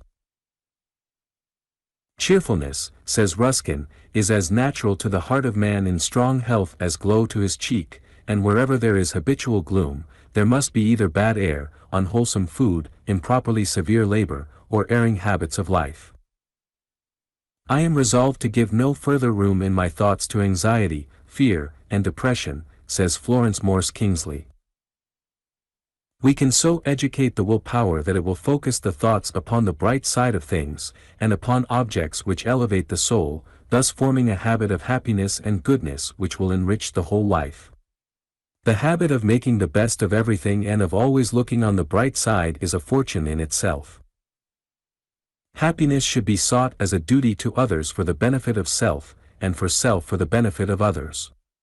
Happiness should be a means, a chief end. Without good conscience, good conduct, there is no happiness. When will men learn that the mere titillation of the nerves, mere excitement and dissipation or any kind of excesses, can bring nothing but a miserable, disappointing reaction and a wounded self-respect? Real happiness depends upon honesty. It is made up of square dealing, of kindness, helpfulness, fairness. Happiness, says an able writer, is the greatest paradox in nature. It can grow in any soil, live under any conditions. It defies environment. It comes from within, it is the revelation of the depths of the inner life as light and heat proclaim the sun from which they radiate. Happiness consists not of having, but of being, not of possessing, but of enjoying. It is the warm glow of a heart at peace with itself. A martyr at the stake may have happiness that a king on his throne might envy. Man is the creator of his own happiness, it is the aroma of a life lived in harmony with high ideals. For what a man has, he may be dependent on others, what he is, rests with himself alone. What he obtains in life is but acquisition, what he attains, is growth. Happiness is the soul's joy in the possession of the intangible. We take less pains to be happy than to appear so. It is the duty of everybody to cultivate a happy, joyful nature, a kindly eye, the power of radiating goodwill toward every one. It will not only brighten the lives of others, but the reflex action of such kindly effort will also help to develop that exquisite personality, that beauty of character and balance of soul, that serenity, which is the greatest wealth we know. Be glad. When you have said all there is to say about life's sorrow, disappointment, and pain, about the selfishness and wrong that sweep over the earth like dark shadows, about the shortness of its days and the certainty of its nights, it still remains blessedly true that the universe is thrilling with the song of gladness, says a helpful writer. Be glad for the beauty of the springtime, the blue of the skies, the music of the birds, and the glory of the sunsets. Listen to the laughter of the little children, answer to the hand clasp of friendship, grow warm in the love light of countless happy homes, and be sure that somewhere over and above all is a great love that makes all these things possible. Note the noble lives round you, commonplace, it may be, but unselfish, brave, and true. Note the deeds of quiet self-sacrifice, the swift rush of human kindness to every place of need, the uprising of stately walls to shelter the weak and helpless, and believe, if you can, that the kingdom of Christ is not coming in the hearts of the children of men. Oh, put away gloom and grief and complaining. Do His work, trust His promise and be glad. One of the best of success helps is to acquire, early in youth, a habit of thinking that the best, not the worst, will happen, that we are not poor, miserable creatures, hounded on every hand by the enemies of our life and happiness, but that we were made to be happy, to be free from harassing cares, anxieties, forebodings, that we were not made to worry or to project black pictures, but to create bright and cheerful ones. Do not allow yourself to read, to hear, or to see anything which will produce discord or disturb your peace of mind and harmony. Find out, as early as possible, what you can best do, and do it with all your might, and expect to succeed, no matter what obstacles you may encounter, says Ella Wheeler Wilcox. Cultivate a philosophical vein of thought. If you have not what you like what you have until you can change your environment. Do not waste your vitality in hating your life, find something in it which is worth liking and enjoying, while you keep steadily at work to make it what you desire. Be happy over something, every day, for the brain is a thing of habit, and you cannot teach it to be happy in a moment, if you allow it to be miserable for years. We should no more allow a discordant or a dark picture in the mind, than we would allow a thief in our home. We should remember that such thoughts are worse than thieves, because they steal away our comfort, our happiness, our contentment. These black enemies, these discordant guests, leave their scars and stains and slimes upon the house that is beautiful within. It is almost impossible to exclude them when they once enter, but it is comparatively easy to keep them out when we once learn the secret of excluding them.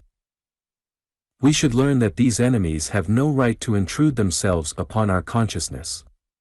Treat them as trespassers, eject them instantly, and do not allow them to paint their black images upon the mind. Most sorrows are gold bricks that will not pan out genuine grief in the assay, and not one person in 100 has a right to indulge in melancholy. Of nothing else in the world is there such a sinful waste as there is of tears, and we should be just as much ashamed of being unhappy as of being unwashed. Both states indicate a slovenly submitting to the grime of life, instead of an energetic ridding ourselves of its unpleasantness. No matter what his vocation or condition in life may be, every one owes it to himself and to the world to form a habit of being just as happy as he can. Happiness means harmony, and harmony means health to all bodily functions. It means efficiency.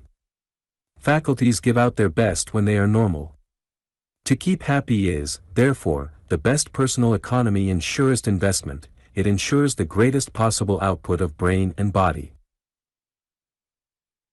Much natural ability is rendered inefficient because men and women do not know that discord, whether in fear, worry, selfishness, hatred or jealousy, is a health and happiness killer, an efficiency blighter.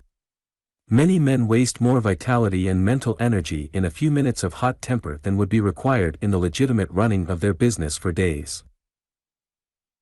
Have you ever thought of the great magic of happiness as a healer of troubles, trials, and worries? Happiness is a great healer of disease because all disease is discord, and happiness is harmony, truth, beauty. The time will come when our physicians will prescribe happiness as the great healing remedy, and we shall be taught how to be cheerful and happy, even amidst the most discordant conditions, by neutralizing the causes. Health and good humor, said Massillon, are to the human body like sunshine to vegetation. The man who is habitually sad or gloomy is so because the corresponding thoughts predominate in his mind. By thinking the opposite thoughts he can produce the opposite results. The state of mind is largely a mental habit which is not very difficult to change. Happiness, as proved by ages of human experience, is simply the music of a well-ordered life, says M. J. Savage, and every time you break a law of body, mind or soul you detract so much from the very possibility of happiness, just as every time you mar an organ you take away from the possibility of its producing music. If you think of it and reflect upon it often, happiness will become habitual and a power in your hands for so much good, says Margaret Stowe. We can cultivate the habit of always looking on the bright side of things.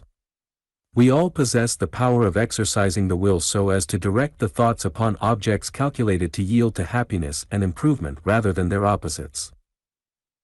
If we try always to look happy and pleasant, whether we feel so or not, the effort will gradually become a habit with us.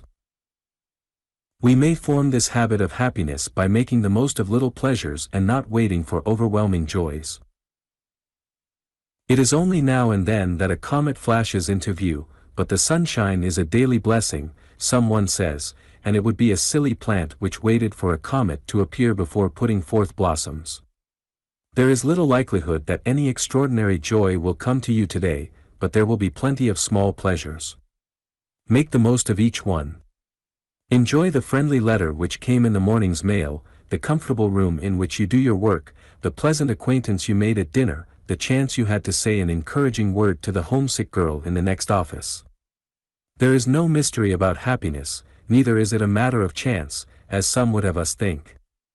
Instead, it is one of the most practical things in the world, and one who has learned to make the most of little everyday blessings has mastered its chief secret.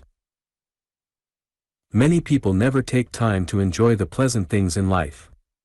They trample down the violets and the beautiful small flowers trying to reach the larger life blossoms.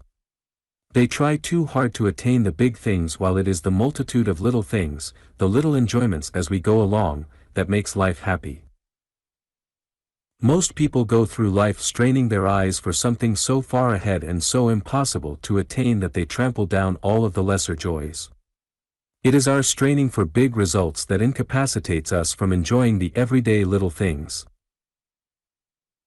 It does not necessarily mean that life is disappointing because it does not measure up to the rosy pictures of your youthful dreams. It means that you have not formed the habit of happiness, and so have not learned to appreciate your life as it is passing. You probably do not get a tithe of the blessings out of the present moment that are awaiting you.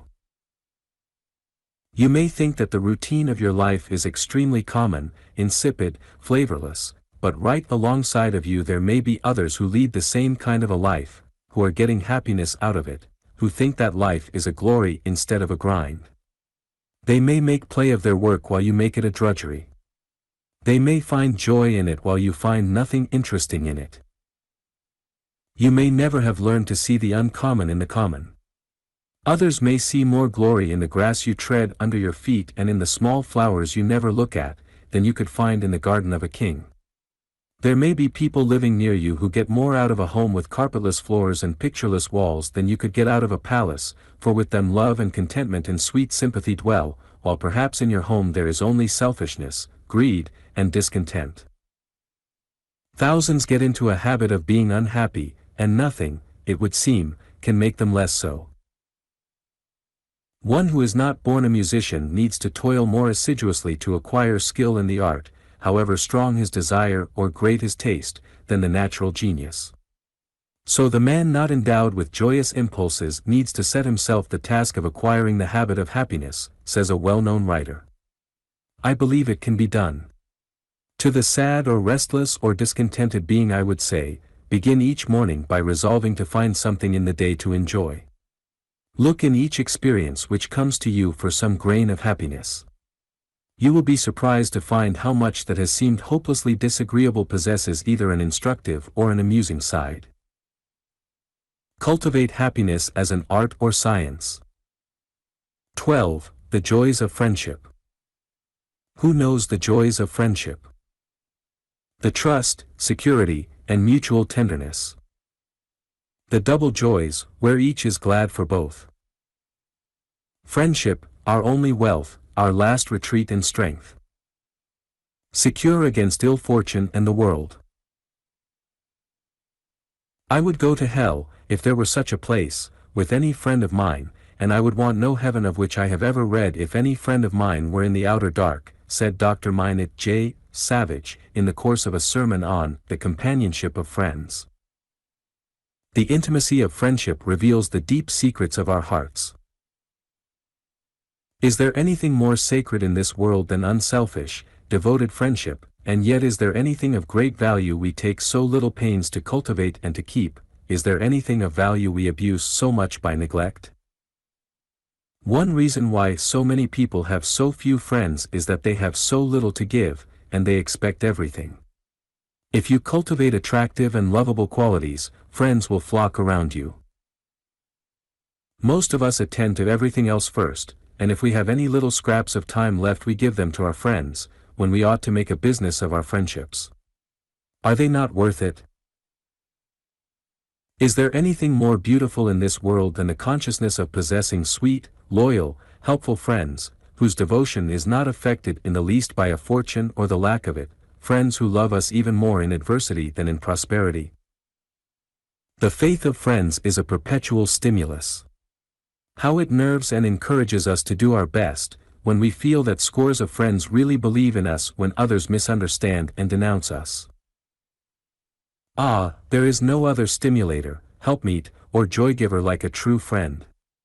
Well might Cicero say, they seem to take away the sun from the world who withdraw friendship from life, for we have received nothing better from the immortal gods, nothing more delightful. It means a great deal to have enthusiastic friends always looking out for our interests, working for us all the time, saying a good word for us at every opportunity, supporting us, speaking for us in our absence when we need a friend, shielding our sensitive, weak spots, stopping slanders, killing lies which would injure us, correcting false impressions, trying to set us right, overcoming the prejudices created by some mistake or slip, or a first bad impression we made in some silly moment, who are always doing something to give us a lift or help us along. What sorry figures many of us would cut but for our friends. What marred and scarred reputations most of us would have but for the cruel blows that have been warded off by our friends, the healing balm that they have applied to the hurts of the world. Many of us would have been very much poorer financially, too, but for the hosts of friends who have sent us customers and clients and business, who have always turned our way everything they could.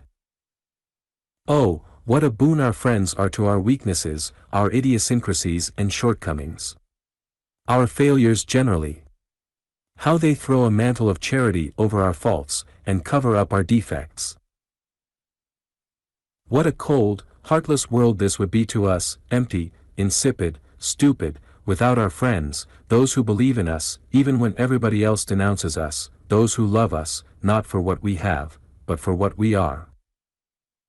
Those who appreciate us, who help to build up instead of destroying our self-confidence, double our power of accomplishment.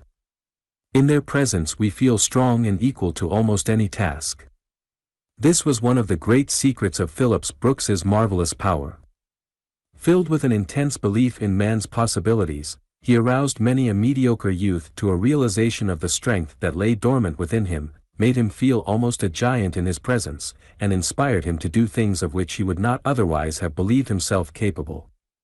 He had the happy faculty of awakening people to a sense of their own innate dignity, a feeling as far removed from mere selfish egotism as light is from darkness, of strengthening their confidence in their own powers, of arousing their enthusiasm in the pursuit of good. He made those who came in contact with him feel that it was mean and contemptible to look down when they could look up, to grovel when they could soar, to do the lower when the higher was possible. In his presence the timid were emboldened, the vacillating became self-poised, the negative positive. Who can estimate the value of such an uplifting influence? Our best friend never embarrasses us by making us feel our inferiority or weakness. On the contrary, he always gives us a lift upward, a push onward. Oh! What a difference a friend has made in the lives of most of us. How many people a strong, loyal friendship has kept from utter despair, from giving up the struggle for success. How many men and women have been kept from suicide by the thought that someone loved them, believed in them, how many have preferred to suffer tortures to dishonoring or disappointing their friends. The thrill of encouragement which has come from the pressure of a friendly hand, or an encouraging, friendly word, has proved the turning point in many a life. What is more sacred in this world than our friendships? One of the most touching things I know of is the office of a real friend to one who is not a friend to himself, one who has lost his self-respect, his self-control and fallen to the level of the brute. Ah! This is friendship, indeed, which will stand by us when we will not stand by ourselves. I know a man who thus stood by a friend who had become such a slave to drink and all sorts of vice that even his family had turned him out of doors. When his father and mother and wife and children had forsaken him, his friend remained loyal. He would follow him nights in his debauches, and many a time saved him from freezing to death when he was so inebriated that he could not stand. Scores of times this friend would leave his home and hunt in the slums for him, to keep him from the hands of a policeman, and to shield him from the cold when every one else had forsaken him, and this great love and devotion finally redeemed the fallen man and sent him back to decency and to his home. Can any money measure the value of such friendship? And what delights can equal those that stir the spirit's inner deeps? When one that loves but knows not, reaps a truth from one that loves and knows. The friendship which shrinks from telling the truth and cannot bear to cause pain when justice demands it, does not command as high a quality of admiration as the one which is absolutely just, frank, and sincere. No great friendship can rest upon pretense or deception. Sincerity is the very core of friendship. Was there ever such capital for starting in business for oneself, as plenty of friends? How many people, who are now successful, would have given up the struggle in some great crisis of their lives, but for the encouragement of some friend which has tided them over the critical place? Many people seem to think that their friends are mere incidental things in life, that it is not worth while to put oneself out a great deal to cultivate them. The result is that their lives are barren, poverty-stricken, and unsatisfactory. No one truly lives in any liberal, true sense who does not cultivate many friends. No one would get very much out of life if he lived absolutely alone. It is the vital connection, the sweet, satisfying communion with our kind that makes life worth living. One reason why so many people are disappointed with what life has for them is because they have never cultivated the capacity for friendship. Someone has well said that unhappiness is the hunger to get, while happiness is the hunger to give. Friendship is no one-sided affair, but an exchange of soul qualities. There can be no friendship without reciprocity. One cannot receive all and give nothing, or give all and receive nothing, and expect to experience the joy and fullness of true companionship. Many are heart-hungry and miserable for no other reason than this: they are living apart from their friends. There is a balm in friendship that can heal 1,000 ills. There is a power in the tender sympathy of a friend that can disperse the darkness of despair and cause the sunshine of hope and cheer to flood the mansion of life once more. How many men and women go through life with a sense of loneliness, hungry for friends and for the love and admiration of others, simply because of something about their personalities which repels. These people are usually proud and sensitive, and they wonder why they are shunned and avoided, but they never learn to study themselves, and to find out the real reason. Friendship rests largely upon admiration. Many are not capable of forming great friendships, because they do not have the qualities themselves which attract noble qualities in others. If you are crammed with despicable qualities, you cannot expect anyone to care for you. If you are uncharitable, intolerant, if you lack generosity, cordiality, if you are narrow and bigoted, unsympathetic, you cannot expect that generous, large-hearted, noble characters will flock around you.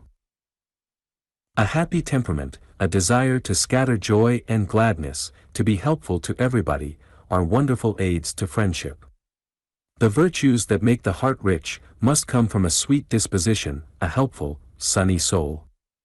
There are people who fling out sunshine and joy everywhere they go. They scatter the shadows and lighten the sorrow-laden hearts. How quickly we should sight the millennium if we could only see our brother in the most unfortunate human being, if we could always look at people as charity does, who always sees a God in the meanest of men, a philanthropist in the stingiest miser, a hero in the biggest coward, and who is always saying, "Do not condemn that man, there is a God in him that something, somebody, may call out." If you would be happy, cultivate an open nature, a kindly, cheerful manner, a joyous spirit. Do not be stingy with your praise, your cordiality, your helpfulness. Fling out your best to every human being at every opportunity. Learn to say pleasant things to people about themselves, do generous things, and you will be surprised to see how your life will enlarge, your soul expand, and your whole nature become enriched and ennobled. Do not be afraid to tell your friends that you love them. Tell them of their qualities that you admire. Do not presume too much upon your friendships. Do not allow them to be strained too much either by long absences without communication, or without seeing them when it is possible to do so. It is only he who loses his life, who gives it royally in kindly, helpful service to others, that finds it. This is the sowing that gives the bountiful harvest. The man who gets all he can and gives nothing, knows not real riches. He is like the farmer who thinks too much of his seed corn to sow it, who hoards it, thinking he will be richer for the hoarding. He does not give it to the soil because he cannot see the harvest in the seed. It is not so much a question of how far we have gotten along in the world ourselves, as how many others we have helped to get on.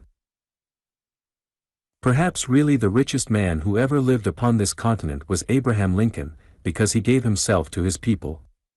He did not try to sell his ability to the highest bidder. Great fees had no attraction for him. Lincoln lives in history because he thought more of his friends, and all his countrymen were his friends, than he did of his pocketbook. He gave himself to his country as a wise farmer gives his seed to the earth, and what a harvest from that sowing. The end of it no man shall see. One of the saddest phases of our strenuous American life is the terrible slaughter of friendships by our dollar chasers. Is there anything more chilling in this world than to have a lot of money but practically no friends? What does that thing which we call success amount to if we have sacrificed our friendships, if we have sacrificed the most sacred things in life in getting it? We may have plenty of acquaintances, but acquaintances are not friends. There are plenty of rich people in this country today who scarcely know the luxury of real friendship. There is something that is called friendship which follows us as long as we are prosperous and have anything to give of money or influence, but which forsakes us when we are down. Real friendship will follow us into the shadows, in the dark as well as in the sunshine. The capacity for friendship is a great test of character. We instinctively believe in people who are known to stick to their friends through thick and thin. It is an indication of the possession of splendid qualities. Bad people are incapable of great friendships. You can generally trust a man who never goes back on a friend. People who lack loyalty have no capacity for great friendship. It is in relation to their effect on character that friends must be estimated at their real value. Dr. Hillis says that destiny is determined by friendship, fortune is made or marred when a youth neglects his companions. Character is tinted by the friends to which we attach ourselves. We borrow their color, whether it be black or white. We absorb their qualities, whether they be noble or ignoble. Men become false, says Charles Kingsley, if they live with liars, cynics, if they live with scorners, mean, if they live with the covetous, affected, if they live with the affected, and actually catch the expressions of each other's faces. We only get what we give. Our friends are the harvest of our friendship sowing. If the seed is poor, the harvest is poor. The man who is rich in friendships has sown richly of sympathy, of interest, of admiration, of helpfulness, of love. Our friends, if they be many and true, can add more to the richness and happiness of our existence than all the wealth of the Indies. The purpose of friendship, said Seneca, is to have one dearer to me than myself, and for the saving of whose life I would gladly lay down my own, taking with me the consciousness that only the wise can be friends, others are mere companions. In friendship lies ever a road to happiness. It was always my theory, says Ella Wheeler Wilcox, that a broad nature is capable of many true friendships. One friend appeals to you for one reason, another for some other. Friendships are the heart's library. The serious friend is the book of philosophy, the merry friend, the book of humor, and there are the poet, the author, and the historian still to be represented. Even as no book crowds another on our shelves, so no friend should crowd another in our hearts. But you will find friends insincere, and friendship but a name, predicted the pessimist. You will suffer disillusionment, and it will be more bitter than any friendship can be sweet. Keep to yourself, and avoid the awakening from a useless dream. Still I pursued my course. I formed many ties of friendship. Some were broken, and I suffered, but one great truth came home to thy heart, to rest there always. In being a true friend, and worthy of true friendship, lies the road to real, lasting happiness. Shakespeare tells us how we may distinguish the true from the false friend. He that is thy friend indeed, he will keep thee in thy need. If thou sorrow, he will weep. If thou wake, he cannot sleep. Thus of every grief in heart, he with thee doth bear a part. These are certain signs to know. Faithful friend from flattering foe. 13. The tragedy of postponed enjoyment. The mill will never grind with the water that has passed. There was once a very brilliant and charming young man who made up his mind that he was going to devote the first half of his life to the amassing of 1,000,000 and the balance in the unstinted enjoyment of his money. He resolved to sacrifice every conflicting desire in pursuit of his one unwavering aim, to cut off everything which could possibly conflict with his life purpose.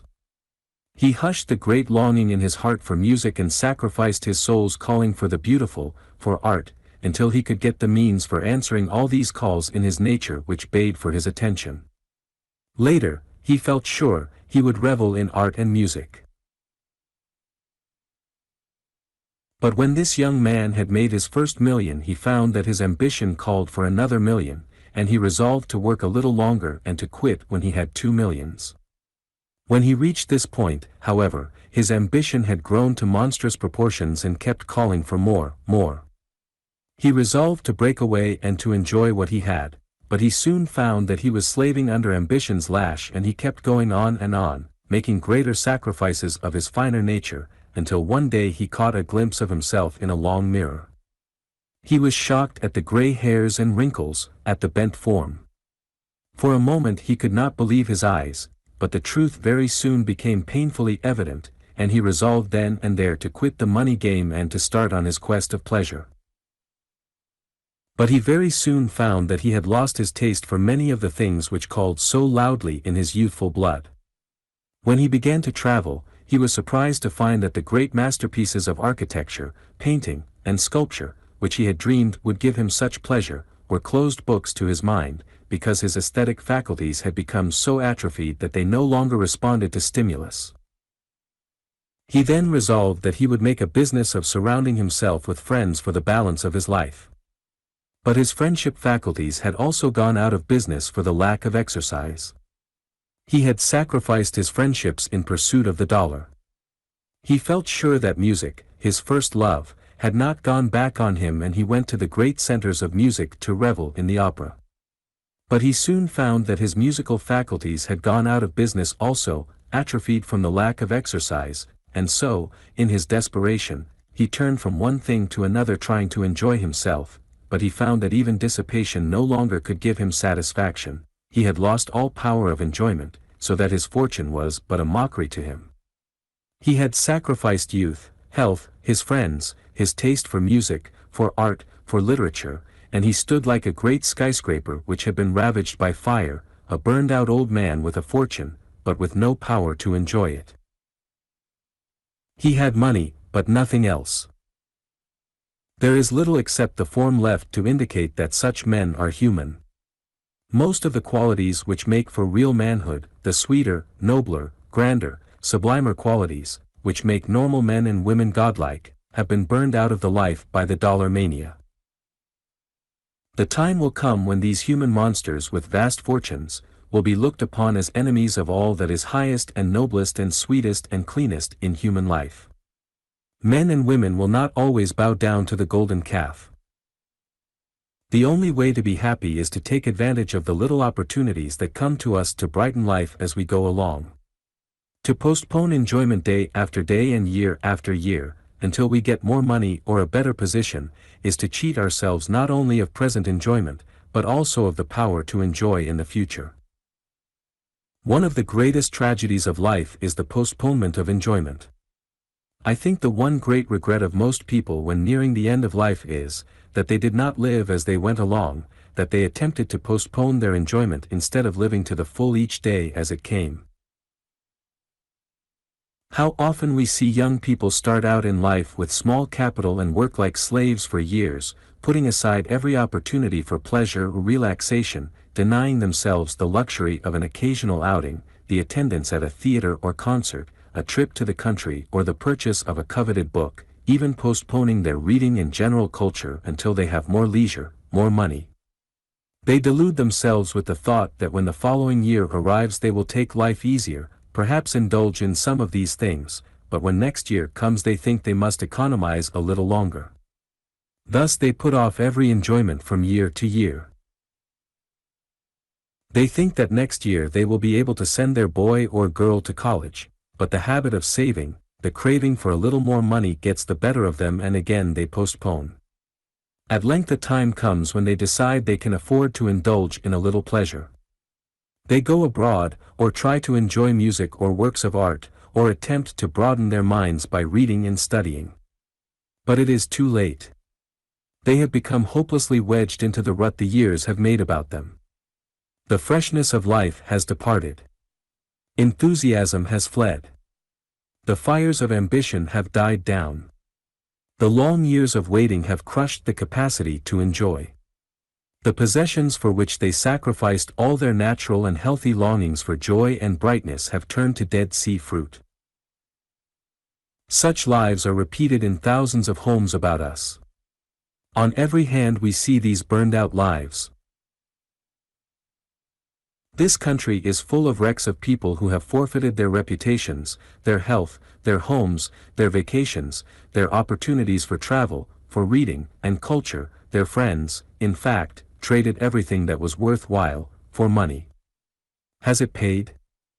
Thousands of men are nervous wrecks, practically friendless and homeless, as far as the things we prize most in a home are concerned, and all because of a desire to scrape together a few more dollars. Does it pay? Many a man has lost his life while trying to save a hat, or an umbrella, or a package in front of a trolley car, automobile, or carriage. What a foolish thing this is, we say, but there are tens of thousands of men in this country, who have lost about everything in their lives that was worthwhile, trying to get a few more dollars away from somebody else. The sacrifices we Americans make, the price we pay for our fortunes is something appalling. Just take a look at the physical and mental wrecks we see on every hand. Does it pay to sacrifice the very thing for which we live, to get together a little more money? How often we see hungry, cadaverous men with great big pocketbooks. They have the money, but that is about all they have. Did you ever think, Mr. Selfish Greedy Man, of what you are losing on your way to your wealth? Did you ever realize that while you are gloating over the fact that you are getting ahead much faster than those about you, that you are losing something which is infinitely more precious? Nature keeps a one-priced store. She lets you take whatever you want, but you pay the price for it, and you often leave that which is infinitely more valuable than what you take. How many take the money but leave their character in exchange? How many swap their ability, their education for dollars? How many exchange all that is finest, most delicate, and sweetest in their natures for that which can only give a coarse satisfaction, can only feed the animal appetite? While you are grasping for more greedy dollars, your manliness may be oozing out, your nature may be hardening, your sympathy for your kind may be drying up, your affections may be becoming marbleized. You may find that you like coarser things than formerly, that refined, cultured, educated, good people do not interest you as they once did. You are sliding down. Greed has lowered your standard. I know businessmen who think they have made a great success in life, because they have gained a fortune, who would not recognize a photograph of themselves taken when they started out in the dollar-chasing game, for they have exchanged for dollars the most valuable things which they possessed at the start. Business diplomacy, cunning, have taken the place of their former simple, open straightforwardness. Their motto, "Business is business," has completely changed their life. Business policy has taken the place of principle, of conviction. The man who cultivates the habit of enjoyment, who avails himself of the opportunity to indulge in some innocent pleasure, to brighten and broaden his life by listening to good music or looking at rare works of art, studying the beauties of nature or reading an inspiring book, will unconsciously find himself far ahead in the race for success. He will be much less selfish and greedy and far more sympathetic and more in touch with his times, than the man who postpones all enjoyment and relaxation until he has accumulated a fortune. There is nothing more delusive than the idea that we are going to do something tomorrow which we believe we cannot afford today. Miss Mulock has well said, in one of her books, nobody will see his own blessings or open his heart to enjoy them till the golden hour has gone by forever and he finds out too late all that he might have had and made and done. How many people make slaves of themselves, pinch and scrimp and practice grinding economy all through the best years of their lives, with the firm belief that they are getting ready for great enjoyment in the future. Oh, the waste of life, the precious years lost getting ready to enjoy.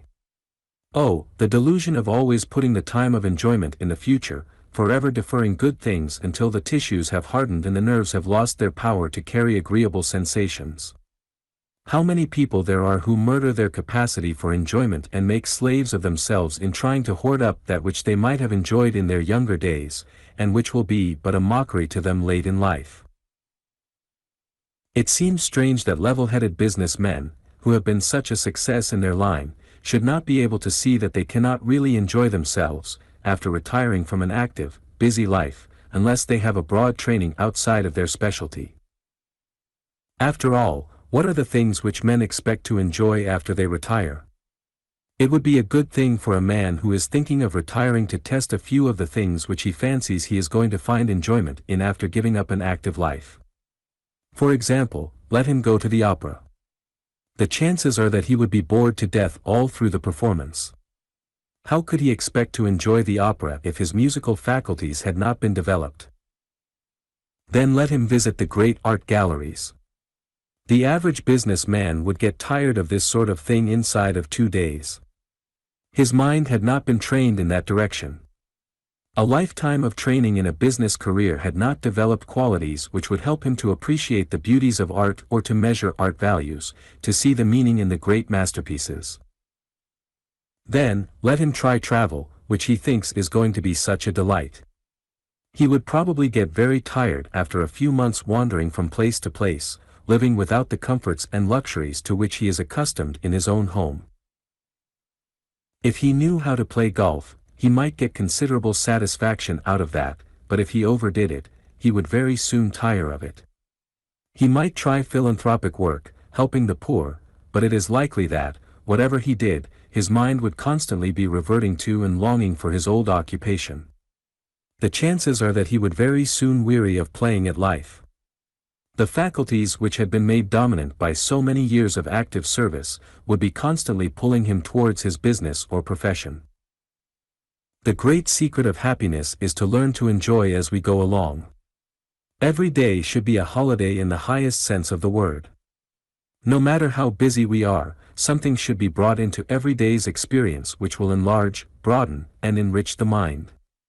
Every day should add a new layer of beauty and joy to life before it gives place to the morrow. It was not intended that one part of life should be filled with joy and the remainder be left barren. It doesn't pay to look forward to enjoyment. A recent writer says, would as soon chase butterflies for a living or bottle moonshine for a cloudy night. The only way to be happy is to take the drops of happiness as God gives them to us every day of our lives. The boy must learn to be happy while he is plodding over his lessons, the apprentice while he is learning his trade, the merchant while he is making his fortune, or they will be sure to miss their enjoyment when they have gained what they have signed for. There is an Eastern legend of a powerful genius, who promised a beautiful maiden a gift of rare value if she would pass through a field of corn, and, without pausing, going backwards or wandering hither and thither, select the largest and ripest ear, the value of the gift to be in proportion to the size and perfection of the ear she should choose. She passed through the field, seeing a great many well worth gathering, but always hoping to find a larger and more perfect one. She passed them all by, when, coming to a part of the field where the stalks grew more stunted, she disdained to take one from these, and so threw to the other side without having selected any. This little fable is a faithful picture of many lives, which are rejecting the good things in their way and within their reach, for something before them for which they vainly hope, but will never secure. On a dark night and in a dangerous place, where the footing is insecure, a lantern in the hand is worth a dozen stars. The high school boy thinks that he will be happy when he enters college, the freshman is dreaming of the day when he will be a senior, the senior, of the time when he will be graduated, the graduate lives only for the propitious hour when he will go into business for himself or start in his profession, and the young man who has just entered on an active career looks forward to the happy time when he shall have saved enough money to build himself a beautiful house. But by the time he has built his fine house he has become so bound by his business, or profession, so absorbed in the everyday routine, that enjoyment must be pushed still further ahead, until he can spare a little more time from his business or office, or to the indefinite season when he shall retire. He alone is the happy man who has learned to extract happiness, not from ideal conditions, but from the actual ones about him. The man who has mastered the secret will not wait for ideal surroundings, he will not wait until next year, next decade, until he gets rich, until he can travel abroad, until he can afford to surround himself with works of the great masters, but he will make the most possible of what he has now. If we would see the color of our future, said Canon Farrar, we must look for it in our present, if we would gaze on the star of our destiny, we must look for it in our hearts. The majority of us go through life with our eyes fixed on a distant goal, straining every nerve to reach it. On our way we pass indescribable beauties of earth and sky, and innumerable opportunities to help others over rough places, to brighten and beautify the commonplace life of every day, but we see them not. Heedless of all that does not point directly toward what we consider the winning post, we finally arrive at our destination, to find, what? We have, perhaps, gained what we sought, wealth, the secrets of science, fame, we have satisfied our ambition, it may be, but at the cost of all that sweetens, beautifies, ennobles, and enriches life.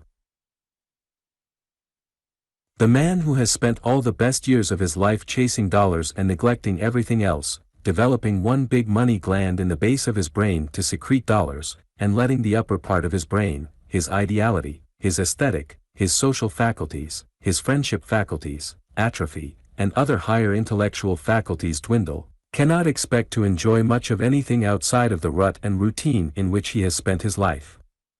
He will be lost when he gets out of it. He will find that, outside of these few tracks in his brain, formed by his routine life, he will get very little satisfaction, because his whole brain has not been developed. It is sad to see a man who has ground his very life into his business, coined his brain and his very soul into making a fortune, because he believes that this will be a panacea for all his ills, who, after he has his fortune in hand, still feels the same emptiness, discontent, the same unsatisfied heart yearnings. Everywhere we see men who have led the commercial life so long, who have pursued it with such zest and such eagerness and grit that they have crushed all of the finer sentiments, all the nobler attributes, out of their natures. They have become money-making automatons, getting on specialists, and they are good for nothing else.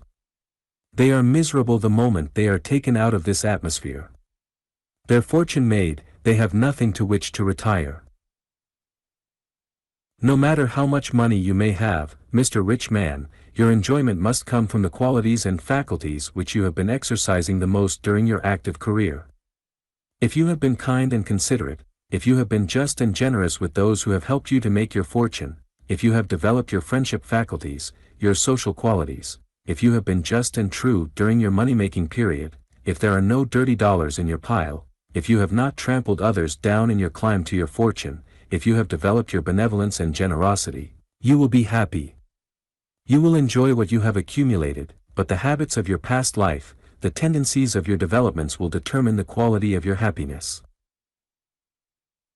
Is it not strange that when a man has been developing his selfish qualities, his greed, his grasping nature for a quarter or a half century, and has allowed his friendship faculties, his affection, his generosity, and all of his noble qualities to die from lack of exercise, he should expect that the mere possession of a fortune could transform all of his life habits and give him the enjoyments which could be possible only with the highest development of the grandest qualities in him, instead of the lowest, the animal propensities? We treat our joys as one of my neighbors did her choice currants, says a writer. Let's have a pie, said the children, when the bushes began to bear. But the mother would not hear of using such fine fruit green, it must ripen. When the currants were ripe, the children begged them for the table, but the mother had decided to save them for jelly. When jelly making was proposed, she wanted to wait until other work was out of the way, and she could do it as it ought to be done. But lo, when she was fully ready, the sun, the birds, and an unexpected storm, had all been there before her, and the bushes were bare. That's the way we do with our blessings and gladnesses, the mercies that are new every morning. We say, oh, how I could enjoy this if, and then we let the trial, foreboding, or trouble crowd it out of place. Some day we expect to be ready really to enjoy our health, our home, our friends, but who can promise us that when that long postponed day comes the fruit will still be on the bushes?